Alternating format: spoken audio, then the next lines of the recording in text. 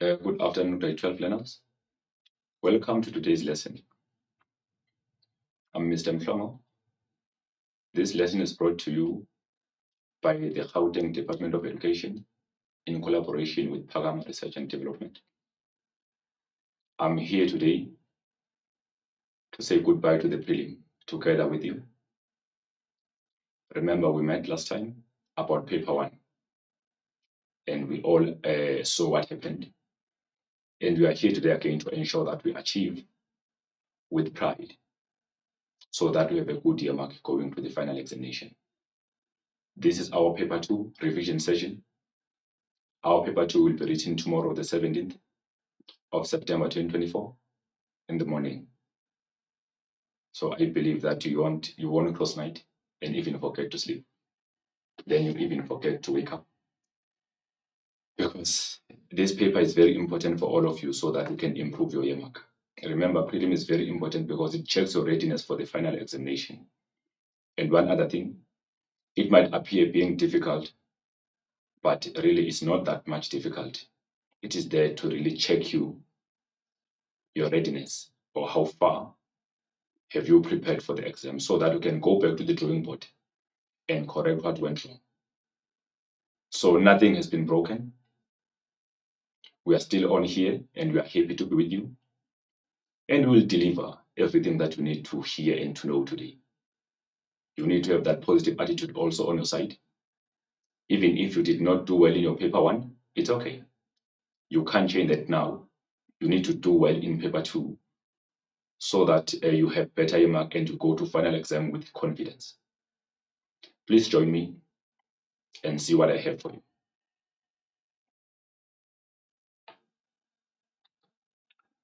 So this is our paper 2 revision session. Remember, our paper 2 is mainly focused on microeconomics and contemporary economic issues. So this lesson is here just to prepare you for tomorrow's examination. It is not guaranteed that some of the questions that will appear here on our exemplars will be in the examination. We are just here to create awareness, to make you aware that there are questions like this, and this is the way in which you should answer the question. So starting over here, the main thing that I will start with is to break down all topics from perfect markets, imperfect markets, market failures. That's your microeconomics. Then I will jump to economic issues, where I will touch on inflation, tourism, and environmental sustainability. From then, we will go together to some examples of questions and showing you how to respond or how to answer in some questions during the examination. Notably, before we go further, I think you have noticed the mistake that you did in your paper 1. We have an issue of candidates that only know one essay in a certain chapter, and they deliver that essay even if it has not been assessed. That is wrong, candidates. Do not answer the question that has not been assessed. Answer the question because it's in the examination question paper. Surprisingly, you find that you bring your own essay, which is correct in a particular context, but wrong in this context, with your own additional part. That is wrong. The other thing, you go to your section A, you simply guess, then you lose marks. You go to your section B, you choose the question to answer based on the lower order questions. That is wrong. Remember, for section A, out of 30 marks, those marks are easy to get. You just have to give it time, give it your own attention. Work around, understand those statements, and choose the correct answer. Do not leave spaces. We have seen that you leave spaces as you write your exam. In section B, do not choose the question because you feel like mention any two is good or easy for you. Remember, you have the first lower order. Remember, our question paper is scaffolding from lower to the higher order. Obviously, the starting point will be when we say mention any two or list any two, which might be easy for you. And then we go further to data response. We go further to those two 8 marks questions. What can help you better to choose very wise? You have to look at the question. Let's say you are going for question 2, microeconomics. Obviously, you check question 2, micro. You see the first question maybe mention any 2 examples of firms under perfect market. You know that, and then maybe how does maybe collusion affect the competition or consumer choice? You know that. Then there's a data response that you need to contextualize, which is coming in 2.2. You must understand that data response.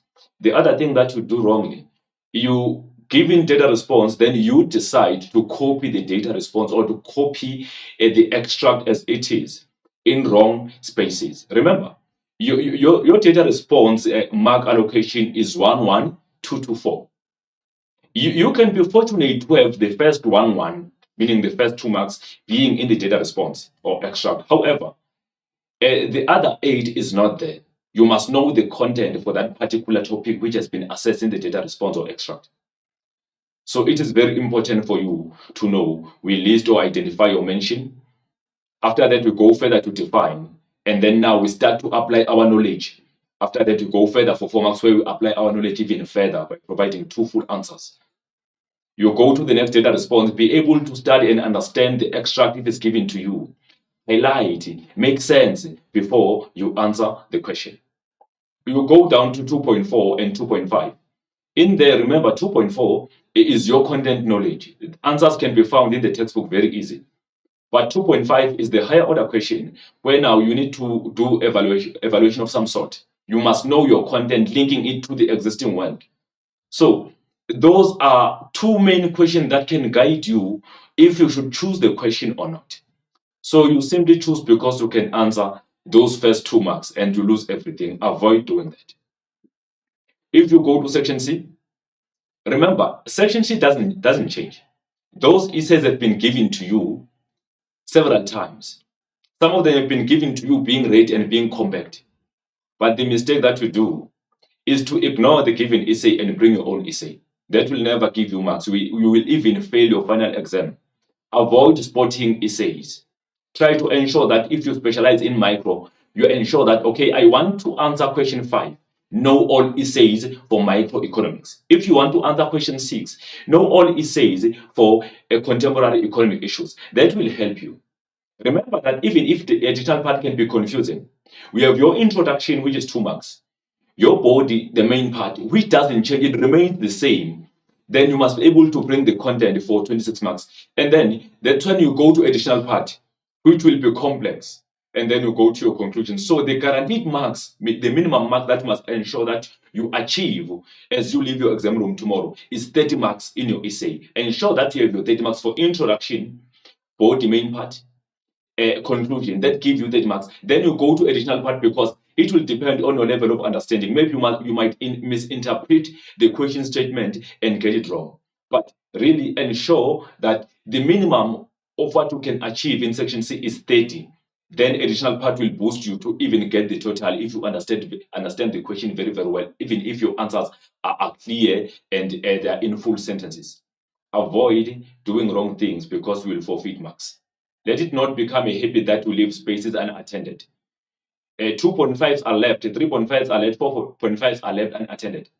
And then also listing is still a problem. Candidates are listing instead of discussing in detail because even the question statement for the essay says discuss in detail. Do not just list. So it is very important for you to bring back those normal and basic principles on answering the question paper. Don't be surprised by the question paper. Go there being aware that in question 2, I'm dealing with microeconomics. In question 3, I'm dealing with contemporary economic issues. You know questions to expect. You know essays to expect.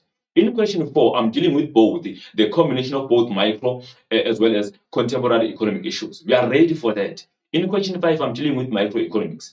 In question 6, I'm dealing with contemporary economic issues. If you have that attitude, you know what to expect. It will be easy for you to deal with the question paper and get the marks that you deserve. So today, we are on this side.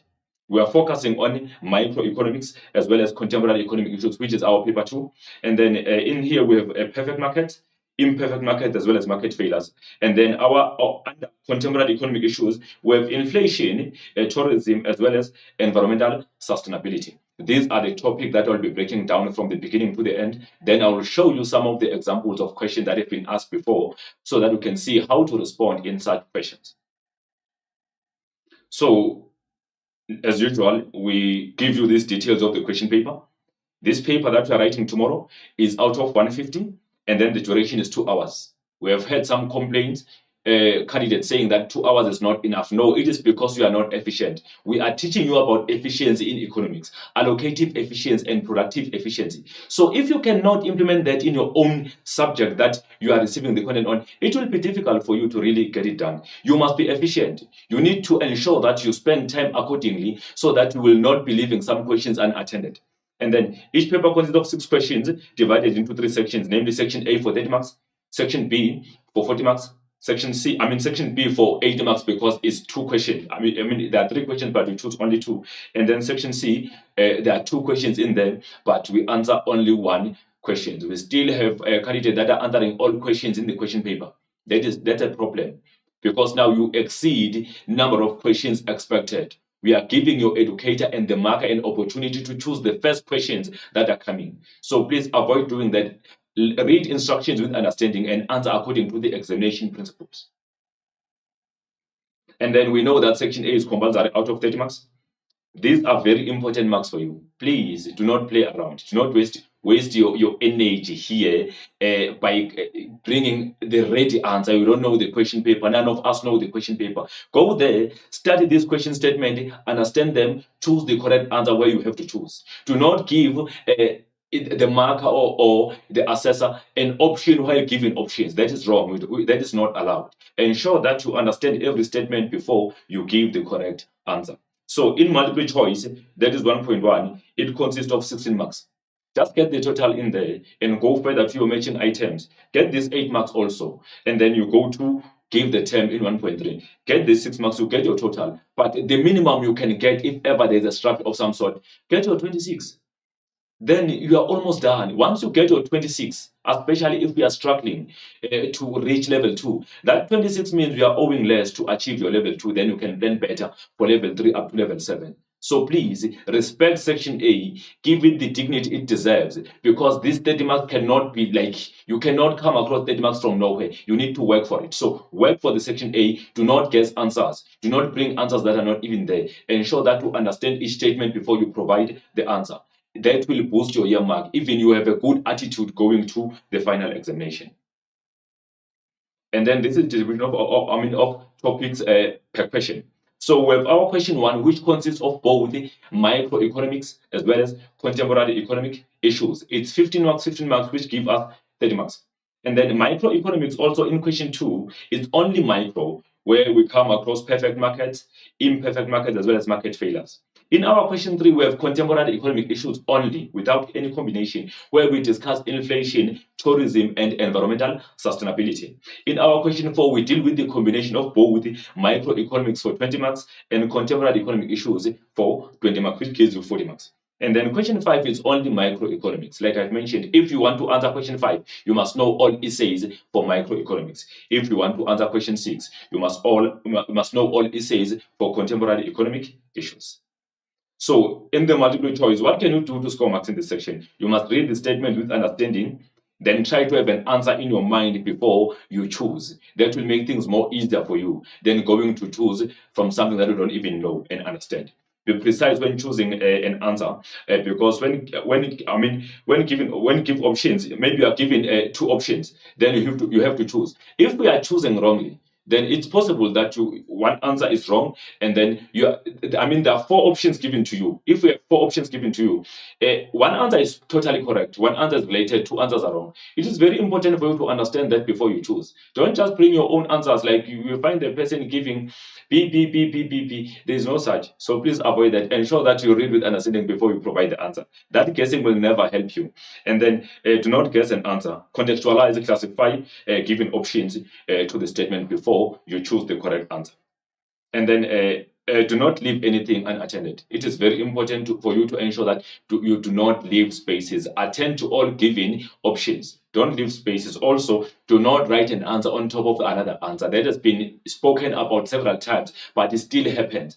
If ever the answer, you think the answer is A, do not just say A, then you write B on top of A. Or maybe the answer is you say the answer is A, you say stroke B. We are giving the options. You can't give me options also. Give me the correct answer. If ever you believe that the answer is wrong, scratch it and write the answer on the side. Do not write the answer on top of another answer because the marker is not going to mark that. That gives you 16 marks. Matching items. It is very important that you know your descriptions in column A before you match in column B. And then always start with answers that you know, meaning you eliminate to implement what we call an elimination method. Start with answers that you are sure they are correct. After that, you can go back to contextualize again and see what you can get until you get them all correct. And then use elimination method, like I mentioned, as you start with answers that you are sure they are correct to avoid confusing the whole system. Because in this 1.2, once you get one answer correct, it might happen that the answer that we have taken in belongs to the certain answer. Then we have two answers wrong automatically. So avoid doing that. And then contextualize remaining options after you have answered those that you know, and then try to find the common sense in there and the matching items. Then you get it right. Do not leave any space unattended. I know it happened that you leave it to say I'll come back. No, avoid doing that. Ensure that you get it done precisely to get your minimum of 26 marks going to 30. Then you will enjoy your marks when they come back as a feedback. Descriptions, you must know your terminologies. We know that with prelim, you come across new concepts that you are not expecting that they can come in. But trust me, everything that is assessed there is economics. So please ensure that you try to understand those definitions and you derive the answer. Remember, you must not provide abbreviations and acronyms. You answer in the full sentence. Also, you don't give a marker the option. Give one answer, not two answers, because now we are giving the marker an option to choose now, while we are also giving a chance to provide one correct answer. So that is 6 marks, which is populating to about 30 marks. Then here we talk about the perfect market. I will spend some time here breaking down some topics that are the part of paper 2. So under perfect market, remember, we say perfect market is a market structure that exists where there are many buyers and sellers, with none of them having the influence over the price. Under the perfect market, the prices are determined by the market forces, demand and supply. Hence, we say firms are the price takers. They don't set any price. They depend on market forces to set the price, then they take the price. Okay, then which are the industries that we know of, which are the examples of perfect market? We talk about agricultural industry, we talk about Johannesburg Security Exchange, we talk about the likes of, I've spoken about JSE, we talk about the foreign exchange market. Remember, we say they are the part of perfect market, or they meet the requirements of perfect market because they meet those conditions for the perfect market, whereby prices are determined by market forces, product producers are homogeneous, and then firms or each individual firm does not have any influence or control over the price. And then also under the perfect market, the government does not really intervene. So as we continue, remember, under the perfect market, the firm is the price taker, meaning it depends on the industry or the market to set the price. So also under perfect market, equilibrium position is flexible. It does not remain constant like in the monopoly. That's why you come across the equilibrium changing from E to E1. That is because if ever the market determines the new price, that means equilibrium will be changing from one point to another. Let's say the market price is increasing from lower to higher. That will be shifting equilibrium position to go up. How do we see that? We will see that with E in there, which will be indicated on your MC. Remember, your MC is your supply curve for the firm under the perfect market, beginning down there at the lowest point, where MC intersects with ABC. That's where the supply curve begins and go up. So we come across, if ever the market changing the price, there will be shift of the equilibrium position, unlike in the monopoly, from E to E1, showing that the under perfect market equilibrium position is flexible because the firm does not have any influence over the price. It's a price taker. It depends on the industry or the market to set the price on its own. Then it can take the price. All right. Still on the perfect market, it is very important for you to know that the perfect, theoretically we say the perfect market firm will always enjoy the economic profit or supernormal profit in the short run and the normal profit in the long run. Then you need to know why the firm under the perfect market is believed to be enjoying economic profit in the short run and normal profit in the long run. Remember, the short run is a short period at which at least two inputs are fixed. Some of factors of production are not flexible. Therefore, it will be difficult for new firms to enter the market in the short run because they don't have enough capital. So some factors of production are fixed. But in the long run, firms find it easy to enter the market and compete with existing firms, especially if there have been profits. Remember, short-run profits under perfect market will always be reduced in the long run because in the long run, firms find themselves or find their capital being flexible, their land being flexible. So they enter the market in numbers to compete with existing firms. Attracted by what? Attracted by profits that are enjoyed by existing firms within the market. If firms are enjoying the profit within the market, that will attract new firms to enter the market in the long run, which will be reducing profit by existing firms from economic profit to the normal profit. So remember, in this situation, I'm talking about the entry of new firms. If ever new firms are entering the market under perfect market, what is going to happen to the market supply, to the market price, and profits enjoyed by existing firms? Firstly, if ever new firms enter the market under perfect market, the market supply will be increasing because there are so many businesses that are now available in the market to produce these homogeneous products. And then what will happen to the price? The supply will be increasing faster than the demand, which will be dropping prices down. Prices will be decreasing under the market. So graphically now, we must have a picture of those two graphs, the first one for the industry and the second one for the individual firm. So after that, what will happen to the quantity produced or quantity supplied by the market? The quantity supplied by the market will be increasing from lower to higher because there are many businesses that are now competing in the market. How will that affect the profits enjoyed by existing firms in the market? So as new firms enter the market, existing firms will find it very difficult to be very much competitive because now the same consumers that we are having, we will share with new firms. As these consumers are shared now, we lose market shares as existing firms. And then also, we used to produce more goods and services. Now we will then be producing less because of the increased competition. That will be leading to the decreased supply by individual firms from higher to lower. That will be shifting the equilibrium position from E to E1 going down under perfect market. And what is going to happen then? The output by individual firm will be decreasing, and then also the profit enjoyed by firms in the short run will be decreased to the normal profit. Then the firm will find itself enjoying normal profit because it is now facing high level of competition caused by the fact that the market entry is easily accessible, and in the long run now, firms are entering the market because all inputs or factors of production are flexible. And then we go further. Remember, we say, yes, it happens for the firm under perfect market to make economic loss.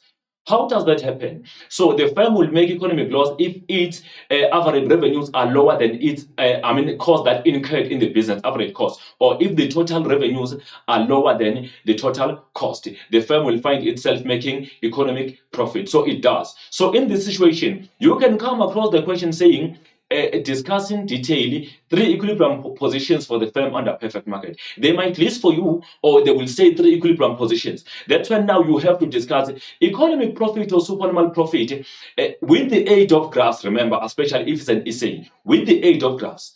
First, you mention economic profit, and then you discuss the profit condition. After that, you draw the graph. You interpret the graph. Economic loss. Explain economic loss condition on how it happens under the market. After that, you draw the graph, then you interpret the graph. You go to economic loss. You explain economic loss conditions. You draw the graph, you interpret the graph. Then you go to your additional part. Then you conclude your essay. Remember, your conclusion must be the higher order. All right. Then going further, you can come across the question asking you maybe the success and the failure of the Competition Policy Act of South Africa. Higher order can say evaluate the success and the failure, or evaluate effectiveness of the Competition Policy Act of South Africa. Remember, you can't evaluate something that you don't even know. You must know objectives of the Competition Policy Act of South Africa, that it was established to ensure that it promotes healthy and fair competition between businesses. It reduces the monopolies that exist in the market, prevent power abuse by oligopolies and monopolies, ensure that there are no anti-competitive practices or anti-competitive behavior or collusion that exists in the market, attract smaller businesses and SMMEs to function in the economy, create employment, attract foreign direct investors, etc. So in that case, you can be able to do your own evaluation. Remember, the Competition Policy Act of South Africa has been able to establish 3 commission bodies or institutions, namely the Competition Commission, Commission Tribunal, and Competition Appeals Court. It is very important for you to know how they function. Remember that the Competition Commission does the primary investigation on the alleged firms. If ever there have been some report or cases opened on firms that have been alleged to have colluded or being involved in illegal measures or restrictive practices, the primary duty of Competition Commission is to do its investigation to discover if really those allegations are correct or wrong. After that, they will collect that information and suggest the fine. They transfer that to whom? To the Competition Tribunal. The tribunal is the one that will be imposing final fine on firms that are either found guilty or not guilty of misconduct. So the competition tribunal will receive those findings and does its own investigation to check if these findings by commission are indeed correct or wrong. After doing so, if the firm is found guilty, they will simply impose the final fine to the firm or penalty. Then the firm then will receive the fine or the penalty or charges. If the firm is not guilty, the firm is not happy with the fine or charges, the firm has the power to go to the Competition Appeals Court and appeal the decision. Remember, the Competition Appeals Court functions as the High Court of Competition in South Africa.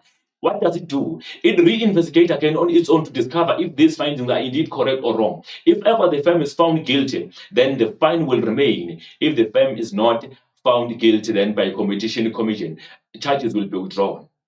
So, if we have to evaluate the success, you must know some stories on what has been happening in the market in South Africa.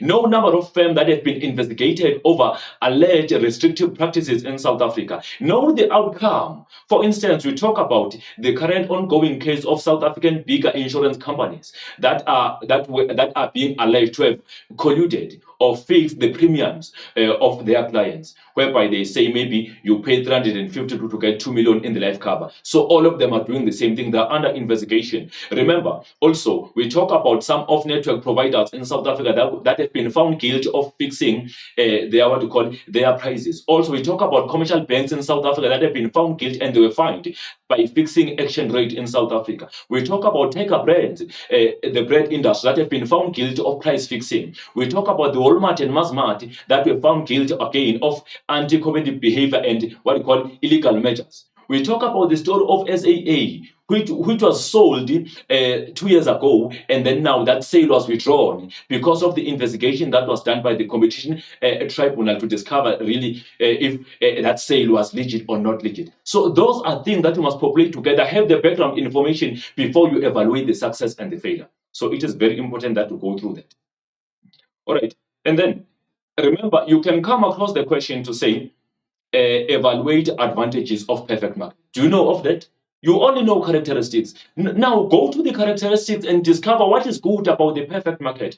How does it benefit the consumer and and the economy? Then you can be able to evaluate advantages of the perfect market. And then also they can ask you the question to say, with the age of graph, briefly discuss maybe the effect of exit of firms within the industry. If firms are leaving the market, what happens within the industry and within individual firms that are remaining in the market?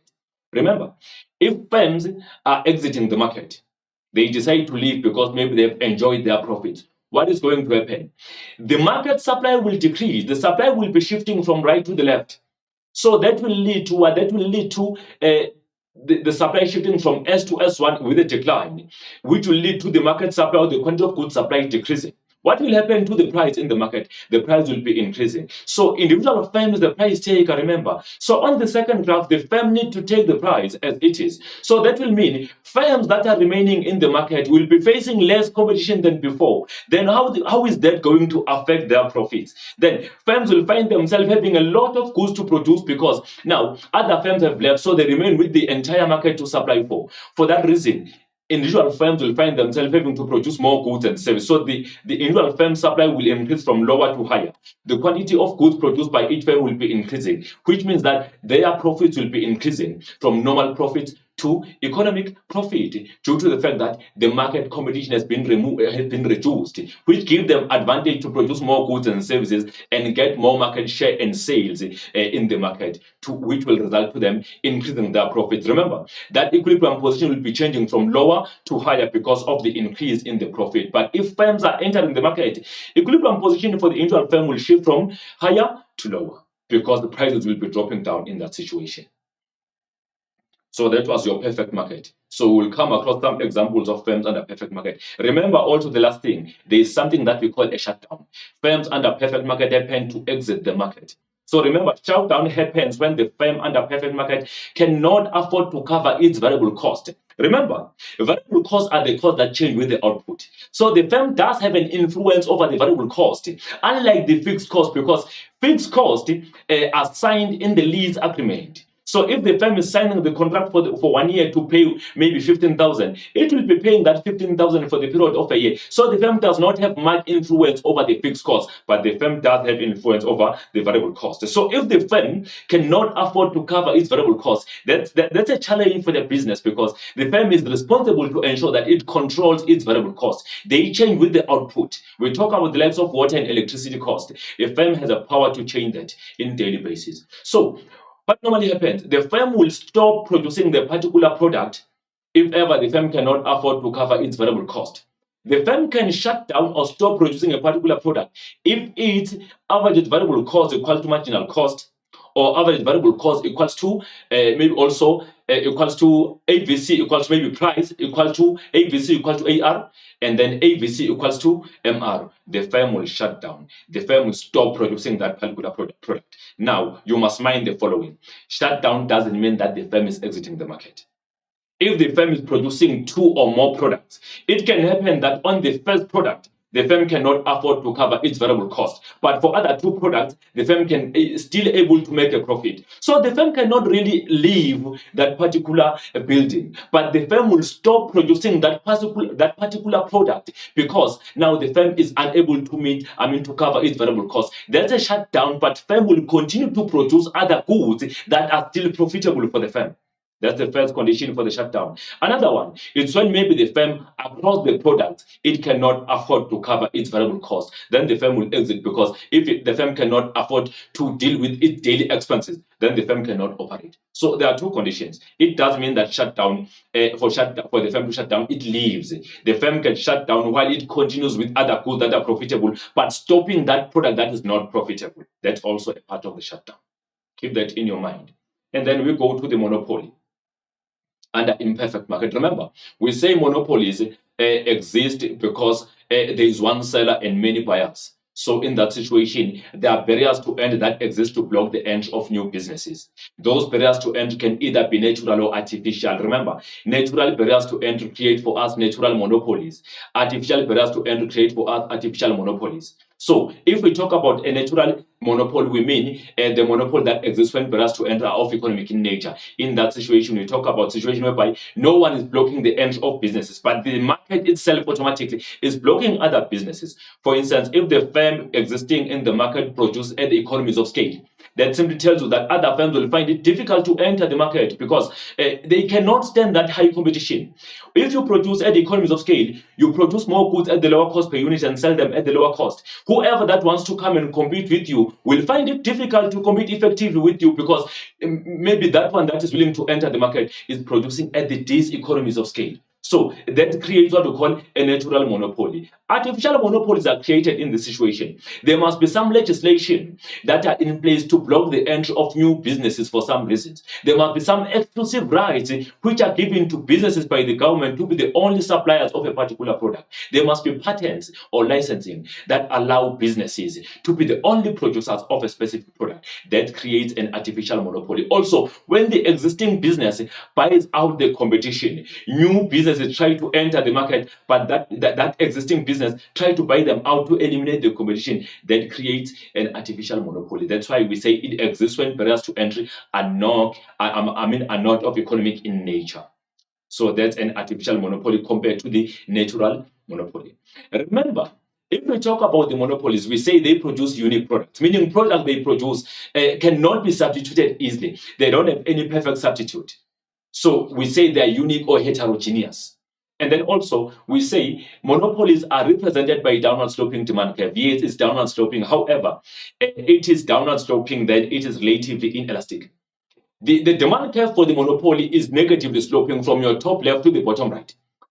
It is negatively sloping, it is downward, but it is relatively inelastic. Please keep that in your mind, because you might be required to compare the demand curve for the monopoly and the one for the monopolistic. They are both downward sloping, however, they differ in the slope. The one for the monopoly is relatively inelastic, and the one for the what you call monopolistic is relatively elastic. Why is the demand curve for the monopoly is downward?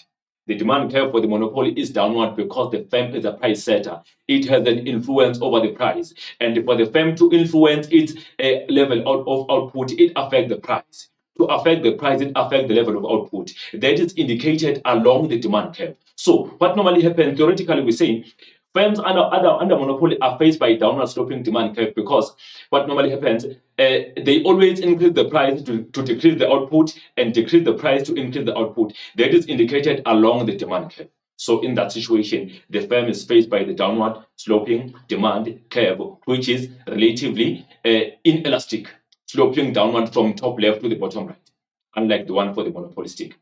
And then we say the monopolies enjoy economic profit or supernormal profit in both short run and long run. Why we say that? We are saying that because if the firm is the only supplier of a unique product, that means all consumers belong to the firm. For that sake, the firm will be making economic profit in both the short run and long run. However, it does happen for the firm to make economic loss or the normal profit, if ever, for the economic loss, if its average revenues are lower than average cost, or total revenues are lower than total cost, then the firm can make economic loss. So it does happen.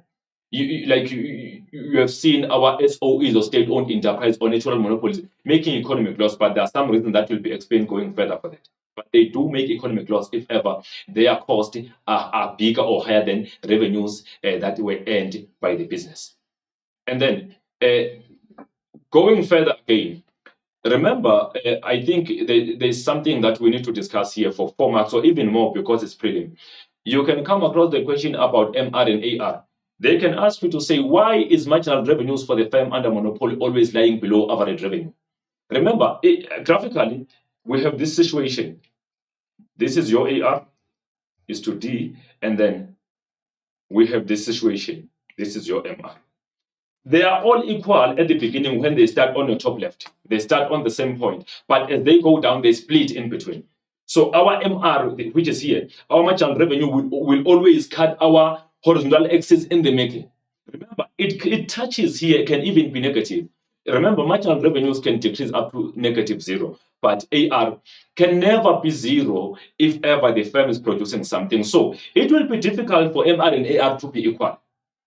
Because remember, the firm will always increase the price to decrease the output, and the firm will always decrease the price to increase the output. That will always affect the marginal revenue. So it always decreases the marginal revenue until it becomes 0, then it can even be negative. So if our MR is touching this horizontal point and even going further down, that means if it's here, it's 0 and it goes further to be negative. Be aware of that. It can be 0 and be negative, but average revenues cannot be 0 if the firm is still producing something within the market.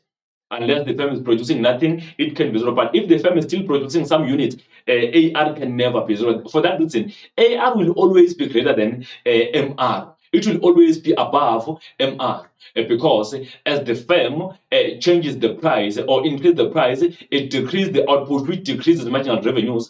As the firm also decreases the price, it increases the output, which also decreases marginal revenue, which can lead to the point that MR becomes 0 and negative, while AR cannot be 0 if there's still the production produced by the firm. Remember also, you can come across the situation whereby you must draw the graph explaining total revenues maximization under the monopoly. Remember, in that situation, we have 2 graphs, the first one and the bottom one. Those graphs goes together. We have our total revenues, we have our, demand curve on top there, like we see this one, and the marginal revenues. And then after that, we'll draw the second graph here, indicating our our total revenues. So our TR will be increasing until it is maximized on top there. When it cannot increase even further, it is being maximized, then it will start sloping down until it becomes 0. Remember, we always maximize TR at this middle point, which might be maybe in this situation, it's P and Q. Then it is maximized in that situation. Be able to draw the graph indicating that.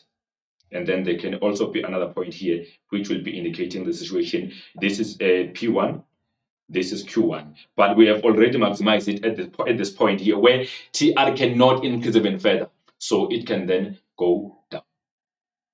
And then we talk about oligopoly. Remember, oligopoly is the market share that exists when there are two large firms and many buyers. However, remember, some of smaller firms does exist under oligopoly. So industries under oligopoly, we talk about washing powder industry, steel industry. Most of them will appear in our examples here when we start to open some questions.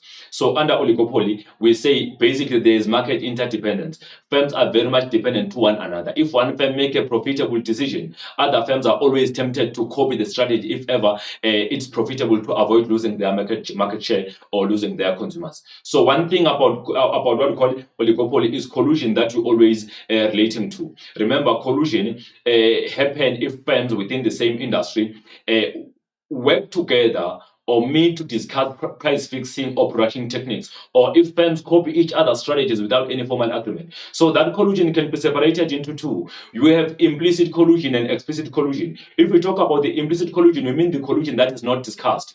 We mean one firm will set the price and other firms will copy the strategy. That happens under what we call the price leadership process. Remember, a price leader is the firm that determines the price on behalf of all other firms within the industry. So the price leader can be a firm which is known to be a dominant firm. What is meant by a dominant firm? It is the firm that is having at least 32% market share within the industry. The firm that is having more sales in the industry. That can be known as a price leader. However, a price leader can also be a firm that is a minority or that is a minor within the industry, but the firm understands market signals more than any other competitor within the market. If the firm is too smart to understand market forces, other firms will copy all decisions made by that firm in terms of prices, and that firm can be a price leader while the firm is not even dominating the market, but it is good on understanding indicators within the market. That firm can also be a price leader. It won't be always be a dominant firm to be a price leader.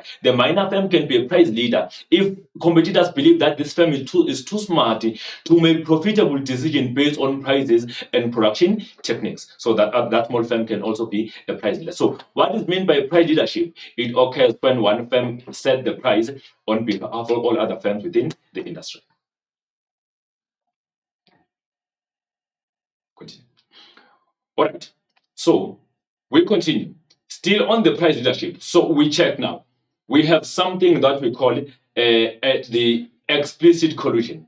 Remember, the explicit collusion is a discussed collusion.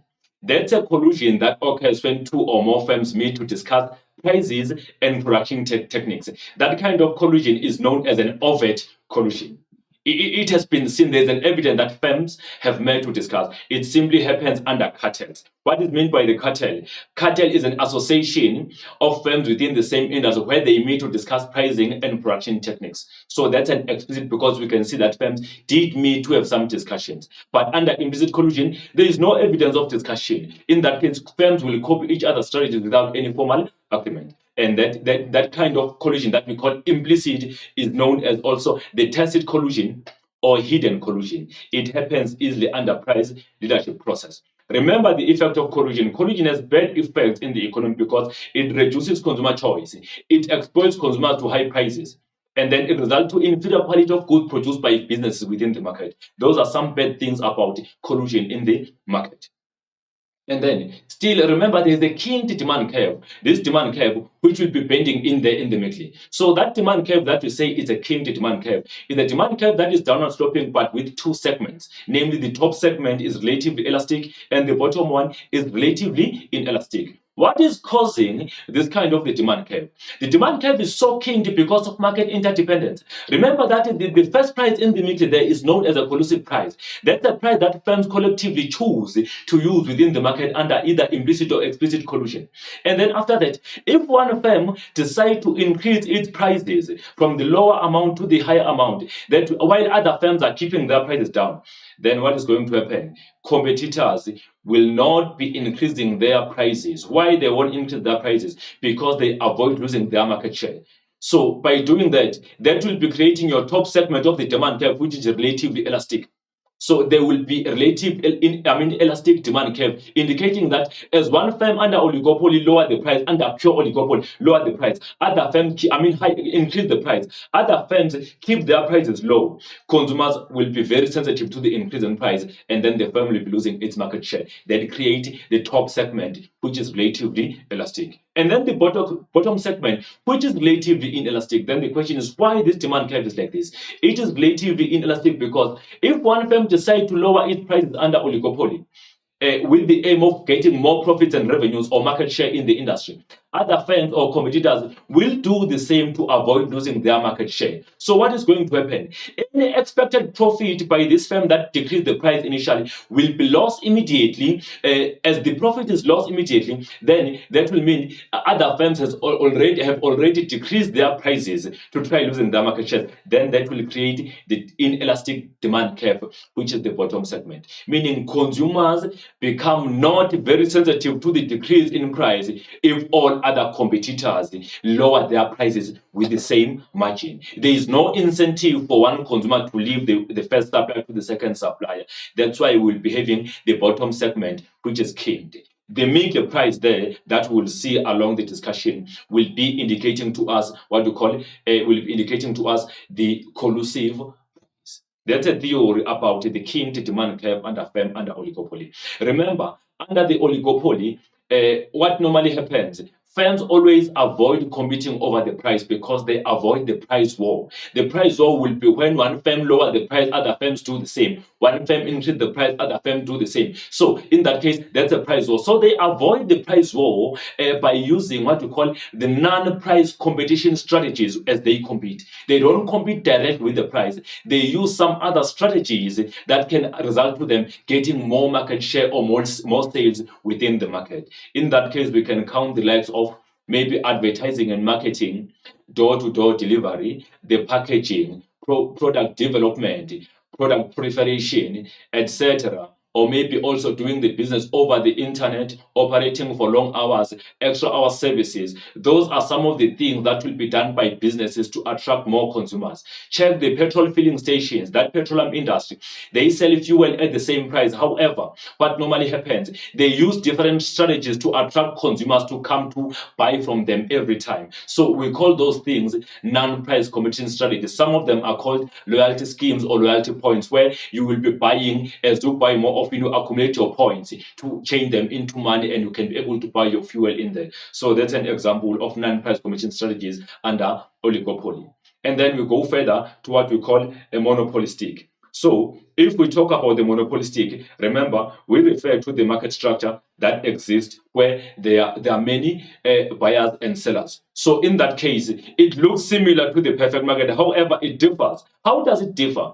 The monopolistic competition has many buyers and sellers. However, the thing is, the individual firm under the monopolistic does have an influence over the price. It can set its own prices. Unlike in the perfect market where the firm cannot set any price, it can depend on market forces, demand and supply. So you need to make a bold difference. You can't define monopolistic and say where there are many buyers and sellers. You need to be clear to say where the firm also does have an influence or control over the price. Then we will be having the pure difference between the monopolistic and what you call and the perfect market. Remember, the monopolistic is characterized by a hybrid structure. We say it's hybrid.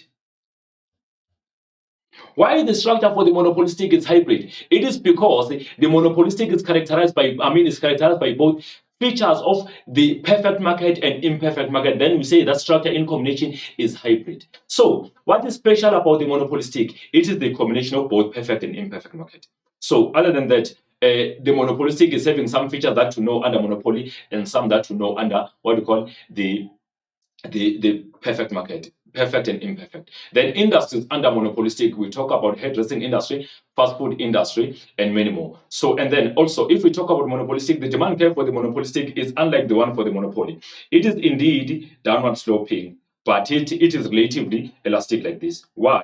Because there's high level of competition here. If one firm can decide to increase its prices from lower price to the higher price, consumers will be very sensitive to the increase in price and go to buy from other firms that are still selling at the lower price. Remember, the what we call the monopolistic produces a differentiated product. They look similar and they are perfect substitute for each other. However, they are not homogeneous. Hence, we say they are differentiated. They can differ in taste, appearance, branding. They can also differ in what we call packaging. So remember that. And then remember, oligopoly produces both the homogeneous products under pure oligopoly and produces what we call differentiated products under differentiated oligopoly. If we talk about the pure oligopoly, it's a petroleum industry. It produces homogeneous products. Differentiated oligopoly, we talk about the banking industry, we talk about motoring or automotive industry. They produce differentiated steel industry, cement industry, they produce differentiated products. And then we go further now. Remember, we also have what we call a duopoly, which is the market structure that exists when two firms are dominating the market. So the market failure. Remember, the market failure occurs when the market undersupply or oversupply goods and services. The primary job of the market to supply goods that are demanded by consumers within the market. Once the market starts to oversupply goods, the market is failing. When the market starts to undersupply goods, the market is failing. Hence, in the definition, we say it occurs when there's an oversupply or undersupply of goods and services within the market, or it occurs when the market misallocate resources, or when resources are not utilized to their optimum level. The market is failing to coordinate its demand and supply in there. So under the market failure, we talk about reasons or factors that can lead to the misallocation of resources in the market. We call them reasons for the market failure. That's an essay for you. Be able to discuss in detail factors that can lead to that can lead to misallocation of resources in the market. We talk about missing markets. In there, we also talk about the externalities. We talk about lack of information. We talk about imperfect market or imperfect competition. We talk about unfair income distribution. We talk about immobility of factors of production. All of those factors can lead to the market failure. Remember, if we talk of the missing market, we normally say the market is totally incomplete without the provision of some goods and services. The market exists to supply goods and services. If ever there are goods that cannot be supplied by the market, or that can be undersupplied by the market is failing. That's why we say there's a market failure there. We talk about public goods. Remember, public goods are goods that are produced and provided by the government to the entire society. They can differ into either collective goods or community goods. If we talk of collective goods, we mean goods that are provided by the government through user charges, meaning they are only given to those people that are willing to pay for them. If we talk about community goods, we talk about free riders, goods that are provided by the government to the entire society free of charge. Those goods are indivisible. They are free riders. Consumption by one person does not affect the consumption by another person. So we also talk about merit goods. If we talk of merit goods, we mean goods that are beneficial into the society. Those goods are very important for the welfare and they only contain positive externalities. So those are goods that are mainly provided by the government because the market is supplying them. They will ask you in the examination to say, why are merit goods underrated in the market? It is because people are not willing to pay for them. So the market is not always willing to produce goods that people are not willing to pay for because the market is profit motive. Whenever the market produces goods and services, it wants to achieve the profit. So if ever some goods should be provided free of charge, then the market cannot provide those goods and services. It will then undersupply them. Then the state must intervene by providing those goods either through user charges or free of charge. In that case, we talk about the likes of education, healthcare, defense force, etc. Those are some of the goods that we regard as merit goods. Then we talk about demerit goods. Those are goods that are harmful into the society. Those are goods that are containing only negative externalities into the society. They are highly rated in the market. However, government is regulating them to be undersupplied because they create most of negative externalities. We talk about the likes of firearms, the drugs, and then what we call firearms, drugs, cigarette. We talk about also alcohol. Those are the part of demerit goods because once they are being consumed, they cause some of instabilities to human beings and human nature. So they contain mostly negative externalities. That's why they are highly rated by the market, but they are undersupplied because the government does regulate them to be undersupplied to reduce its consumption or their consumption. For instance, for you to own the firearm, there must be licensing, which is difficult to obtain. For one to sell alcohol, there must be a license, which is difficult to obtain. For one to buy alcohol, must be above 18 years. So in that, it must be 18 years and above. Those are regulations set by the government. For one also to sell alcohol, one have to indicate, if there's advertising, indicate some negative effect. If one is selling cigarette, it must be indicated in the packaging, also to show negative effects of what we call of cigarette. For that sake, now that's a regulation set by the government for firms to sell those goods and services. Therefore, they are then undersupplied because of regulation. However, that undersupply results to them being supplied in the black market informally, so because government is putting more regulations on those goods and services. We talk about externalities. There we refer to what charges and benefits that spill over to the third party. They can be negative and positive externalities. If we talk about negative externalities, we refer to what the charges that spill over to third parties. If we talk about positive, we refer to benefits that are enjoyed by third parties. In that case, there are some concepts that we must employ in there: the private cost and then external cost. Remember, private costs are also known as internal costs as well as external costs. You put them together, we get social cost. The private benefit or internal benefit plus external benefit, you get what we call social benefits. So those are concepts that we must understand and know as we discuss externalities. And then we go further to immobility of factors of production. So in this situation, we refer to this situation. Immobility of production factors, we talk about labor. Labor is not completely mobile. It is immobile because to get the well-skilled and trained workforce, you must wait for the period of maybe 3 to 4 years for someone to be qualified as a part of workforce. So it takes a longer period of time for the labor to be available. It won't be presented on an immediate effect. Also, the labor cannot simply move from one work to another on an immediate effect. There are some constraints of family ties that will be blocking the person from relocating from one job to another. So labor is not easily mobile. Entrepreneurship. Entrepreneurs cannot simply move from one use to another. If everyone is trained in a particular phase or particular side, maybe you are the engineer, you cannot just become a teacher. Because now your skill is on the side of engineering, not on the side of teaching. For that sake, you cannot multitask in that situation. It will be difficult for you. So we are not easily mobile. You cannot be jack of all trades. You only do what you have been trained to do so that you can be efficient. We talk about capital. Machines cannot simply be created to be multi-use. Machine for producing something cannot produce something else. In that state, we say capital is not easily mobile. At the same time, we talk about capital cannot be moved from one place to another easily. If the company is based in Gauteng with beautiful offices, then it relocates to another province. That company cannot simply take its offices because the land cannot be mobilized. In that situation, the firm have to build new offices in the new province or another province. That will mean now the market is failing because now the firm could not mobilize those offices. Instead, it becomes inefficient by building new offices while it has offices that are unutilized in Gauteng province. That again lead to the market failure. So we go further to the lack of information. If ever consumers, producers, workers are not having adequate information about prevailing market conditions, they make uninformed decisions. So it is very important that each economic stakeholder have enough market or enough information about prevailing market condition. Workers must know the danger and the risk of the job before they choose the work.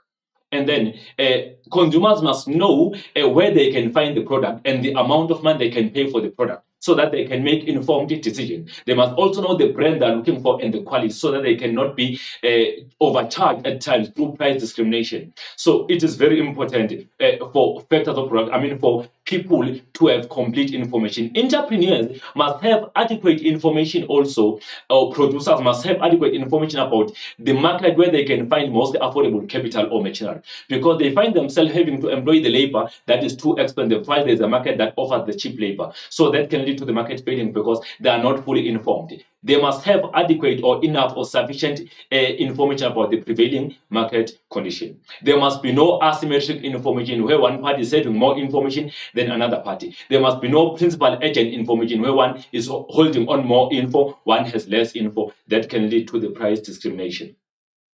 And then we go further, we talk about unfair income distribution. We know that if the initial income distribution is unfair, the final will also be unfair, caused by the fact that inequalities does exist. As they exist, once the income is not fairly distributed from the first place, one gets more, one gets less. Inequality that's been created, the final output will also be unequal, caused by the fact that maybe because of some regulations that have been set to advantage other people at the disadvantage of other people. Also, because of corruption, where individuals become main beneficiaries at the expense of other people, that results to the factor of facing inequalities. So that's why the state intervenes under consequences to control the matter.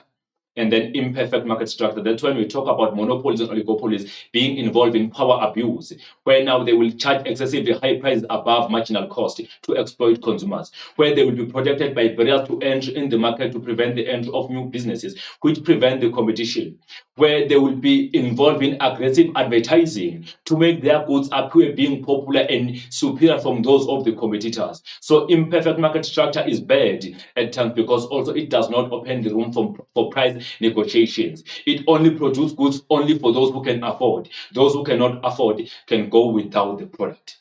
So that's an imperfect. So these are reasons for the market failure. They can come as an essay. I believe we'll be happy to see them. And also, if they come in, knock them down. But then we have consequences of market failure. So in that case, you also have an essay in there that will simply touch on it. Remember, in there, we talk about the direct control by the state. We talk about the externalities. We talk about imperfect market structure. We talk about the lack of information is also there, whereby the state intervened by pushing businesses to provide information on the packaging of the product. And then we talk about also minimum wage, the minimum price, which is also known as the price floor. And then we talk about also maximum price or price ceiling. We talk about subsidies. We talk about taxes. We talk about the government intervention in production. Then we talk about also income redistribution and wealth.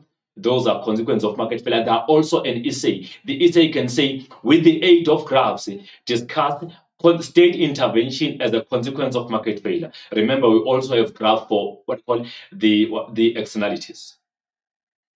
Then we go to, okay, before we go further here, there is a cost benefit analysis. Remember, the CPA. It is very important for you to understand it, but I also have the data response here that talks about the CPA, where we evaluate or compare social benefits and social cost.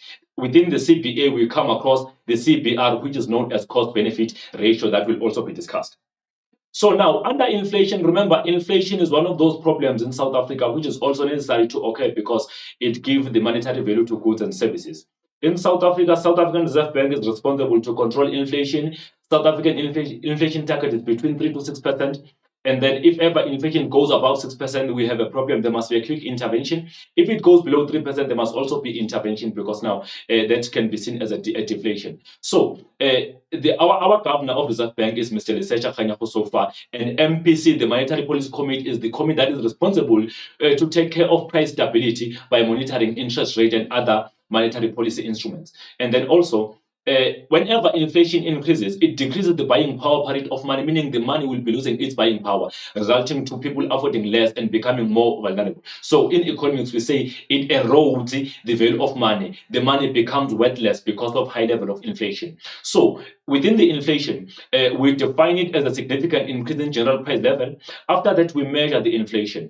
Inflation can be measured in three ways: indexes, consumer price index, and the producer price index. And then we also talk about weighting, where we check the importance of goods. We compare two goods. If one product is costing 30,000, one is costing 10 rands, we check how many times does the one for 10 rand goes into 30,000. We check the weight, that is weighting. Then we talk about inflation rate, where we'll be calculating inflation rate. That is also discussed along the presentation. And then we talk about types of inflation, which can be, the bigger one is consumer inflation, with what we call, we have the CPI or headline inflation, which is the inflation that has not been adjusted. It contains the effect of mortgage bond. We have CPIX inflation, which has been adjusted without if it does not have effect of mortgage bond or interest rates. Then we have the core inflation, which has also been adjusted because it does not include goods with highly volatile prices, such as food prices as well as red meat. And then also we talk about administered inflation, which is the inflation for which its prices are determined by the government, e.g. the price of fuel, paraffin, etc. They are part of administered. Then we have another type of inflation, which is hyperinflation. That's an inflation rate that can increase faster, up to 50% and above. That kind of inflation will result to the money becoming worthless. The currency of the country will become worthless to the point that people lose confidence over the economy. Consumers and investors will be hopeless about the economy. Investors will withdraw because of hyperinflation. We call that one a runaway inflation. Then we have stagflation.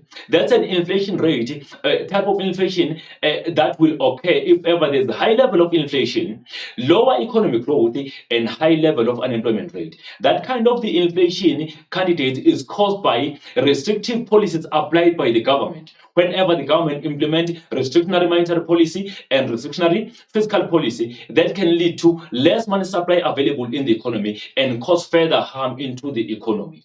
And then we talk about deflation, which occurs when there's a significant decrease in general price level. In that situation, when there's a deflation, that means goods become more cheap for consumers, while it becomes more difficult for producers to produce further, because you find that they are producing at the higher cost, but they have to sell goods at they produce at the higher cost, by now they must sell goods at the lower cost because of deflation. That demotivates investors and then they withdraw. We talk about disinflation, that kind of the inflation that occurs when inflation rate increases at the decreasing rate.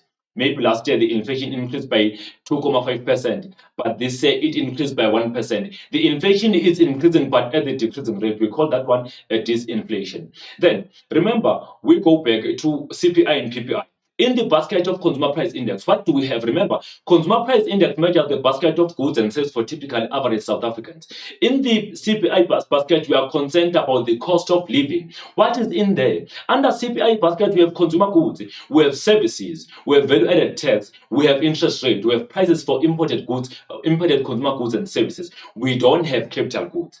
Under PPI basket, it is concerned with the cost of production by businesses. What is inside in the basket of PPI? In the basket of PPI, you come across what? There is the capital goods, also intended goods, also prices of imported capital goods are also shown explicitly in there. What is not there? Consumer goods are not in the basket of the PPI. And then services are not in there. Value-added tax is not in there. Also, interest rate is not in there. And then we talk about another part of measuring, which is what we call the inflation rate. That's why we calculate inflation to say inflation rate equals to, what is it? The CPI for the current year minus CPI for the previous year over CPI current year multiplied by 100. That's why we get our inflation rate. We have a scenario here where it's calculated. And then we go further to causes of inflation, which can be demand pull inflation and the cost push inflation. You must be able to list and discuss, briefly discuss causes of demand pull inflation. Remember, demand pull inflation occurs when the aggregate demand increases faster than aggregate supply, while the cost push inflation increases when there's increase in cost of production. So be able to give the difference between the two for at least 8 marks. Be able to answer on the higher order for 10 marks in that situation. Then we go further to consequences of inflation. In that case, we check the effects of inflation to the following stakeholders: debtors and creditors, taxpayers, wages and salaries earners. We talk about poverty and unemployment. We talk about industrial peace or industrial stability. We talk about psychological influence. So remember, debtors will always benefit, at the expense of creditors if ever there's more inflation. Why it happens in that way? It happens like that because debtors borrow money from financial institutions with more buying power and pay it back in installments, while it can afford less goods and services. So it is paid back with less buying power. So creditors will suffer, especially if the inflation rate has increased faster than the interest rate, so they don't benefit. And then what about salary earners, wage and salary earners? So wages and salary earners will suffer from inflation, because if inflation increases, you find that as the inflation increases, the buying power of that disposable income will be eroded. Will lose it, the money will lose the value. Then consumers will then afford less goods and services. That will lead to them finding themselves having what we call, living under poverty, or their living standard being undermined. Because of what? Because of increase in inflation with their stable income. So if ever there must be adjustment in terms of wage and salary, the adjustment must be increased at the higher rate than the inflation rate, so that the increase in income will be able to compensate workers to be able to live the better life or maintain their standard of living. We talk about taxpayers. Whenever the inflation increases, you find that the income for the taxpayer has been slightly adjusted up. That can lead to the tax bracket creeping. So people that are employed will find themselves being moved from lower tax bracket to the higher tax bracket, which is known as the creeping inflation. Because now the increase in the amount that is earned or wage or salary will take one person to the next tax bracket. As the person is moved from one tax bracket to another, that means the increase in income does not compensate the person basically. Instead, it's compensating taxation and also the inflation. Then they find themselves being vulnerable because their income does not meet their basic needs that it used to do before. So that creates what we call the creeping inflation. And then we talk about industrial stability. If ever there is inflation or high inflation, trade unions sit down and start to negotiate better wage and salaries with employers for their members to ensure that living standards are not undermined. For that sake, what is going to happen in the economy? Remember, instabilities can be created by strikes that will go on as people are seeking for better wages and salaries. And those strikes will move from firms or businesses and spill over to the society, which will be causing further social instability and industrial instability. So it does not create peace within the industry because of some organized protests for better wages and salaries. Bargaining begins because of high inflation, since they want to protect the value of their members' income so that it can afford more goods and services. We talk about psychological influence. How do economic stakeholders behave if ever they expect high or lower inflation? If ever as consumers we expect more inflation in the near future, what do? We buy more goods now, we will be involved in the panic buying. We buy more goods now so that we safeguard our money to afford more goods and services. Then when we buy at the later stage, it will be affording relatively less goods and services. And then if we expect less inflation, what do? We save our money and postpone our consumption for future stage where our money will be affording relatively more goods and services.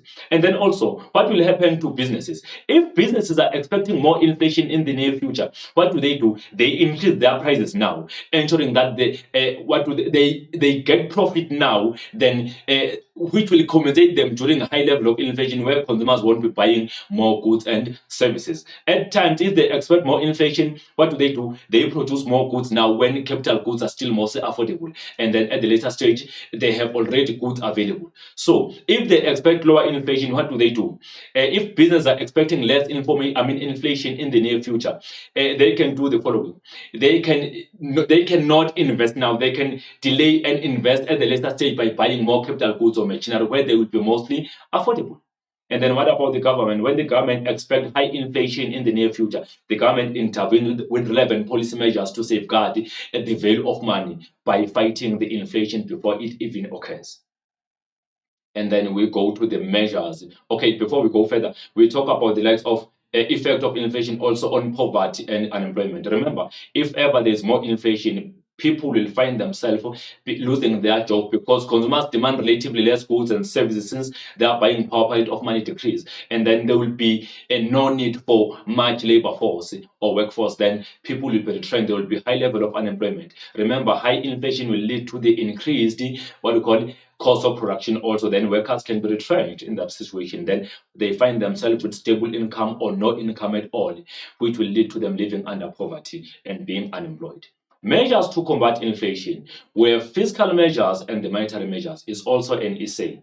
You must discuss your fiscal measures under fiscal policy, discuss your monetary measures under monetary policy, and then you go to other measures to combat inflation that can fight what we call the cost push inflation. And then you must also be able to evaluate South African inflation target of between 3 to 6%. We go to tourism. Under tourism, nothing much is a problem. You are familiar with the topic. In there, we discuss the tourism and reason for growth in tourism industry in South Africa, and some principles for the activity to business tourism. And also we discuss benefits of tourism. We discuss effects of tourism. That's how we close tourism. And then we go further to close the shop on what? On environmental sustainability. That's when now we discuss the state of the environment. So in there we define environmental sustainability. We go further to the likes of types of pollution that exist in the environment. We talk about erosion. We talk about desertification. We talk about deforestation. We also talk about climate change and global warming. Then we go further to discuss the difference between preservation and conservation. Bear in mind that you can also be given a chance to evaluate South African conservation strategies, if they've been successful or not, or also preservation strategies. You must go further also to discuss an essay in the market. Why does the market find it difficult to do what? Find it difficult to safeguard the environment? we get the information in our presentation today, and then we go further to discuss in detail the state intervention to ensure sustainable development. That's why we talk about property rights being given to people so that they take care of what belongs to them. And then we talk about marketable permits, whereby the Department of Minerals and Energy will be selling marketable permits to people, to business, to cause pollution to the certain extent. We talk about giving environmental subsidies, whereby the government provides subsidy to those businesses that are using eco-friendly machines. And then we talk about paying for the use of environment. That's when now people have to pay rent to their local authorities. And then we also talk about voluntary agreements. That's when businesses will volunteer to safeguard the environment by creating some campaigns on protecting natural resources. Normally, they choose not to sign a contract because they don't want to be binded. They volunteer and choose those that will give them the freedom. And then we go further to the command and control policies, which is divided into three. We talk about in there the quality standards, which talks about the effect of pollution caused by the business. And then we talk about the quality standard, we talk about the volume of pollution caused in the environment. And then we talk about the last one, which is environmental effect. I mean, what is the effect of pollution into the environment? That's a command and control policies. Then also education. The state intervenes by embedding the curriculum studies of environment to our content, so that people will be informed. There will be awareness of taking care of the environment, so that our natural resources can last longer for even future generation, for them to get the same benefits. And then we talk about international problems to environmental sustainability, loss of biodiversity, which is also known as the death of species that we interact with, which is known as a situation whereby flora and fauna are lost. And if they are lost, some of them can never be recovered because they are non-renewable. We talk about hazardous waste, which is known as a solid waste that can be disposed into the environment and take time to decompose. That waste is known as a radioactive material disposed into the environment. So also remember international agreement that has been agreed upon to take care of what we call the hazardous waste. We talk about chemical waste, which is the disposal of chemical to the environment that will result to the death of species, which is environment, including renewable and non-renewable resources.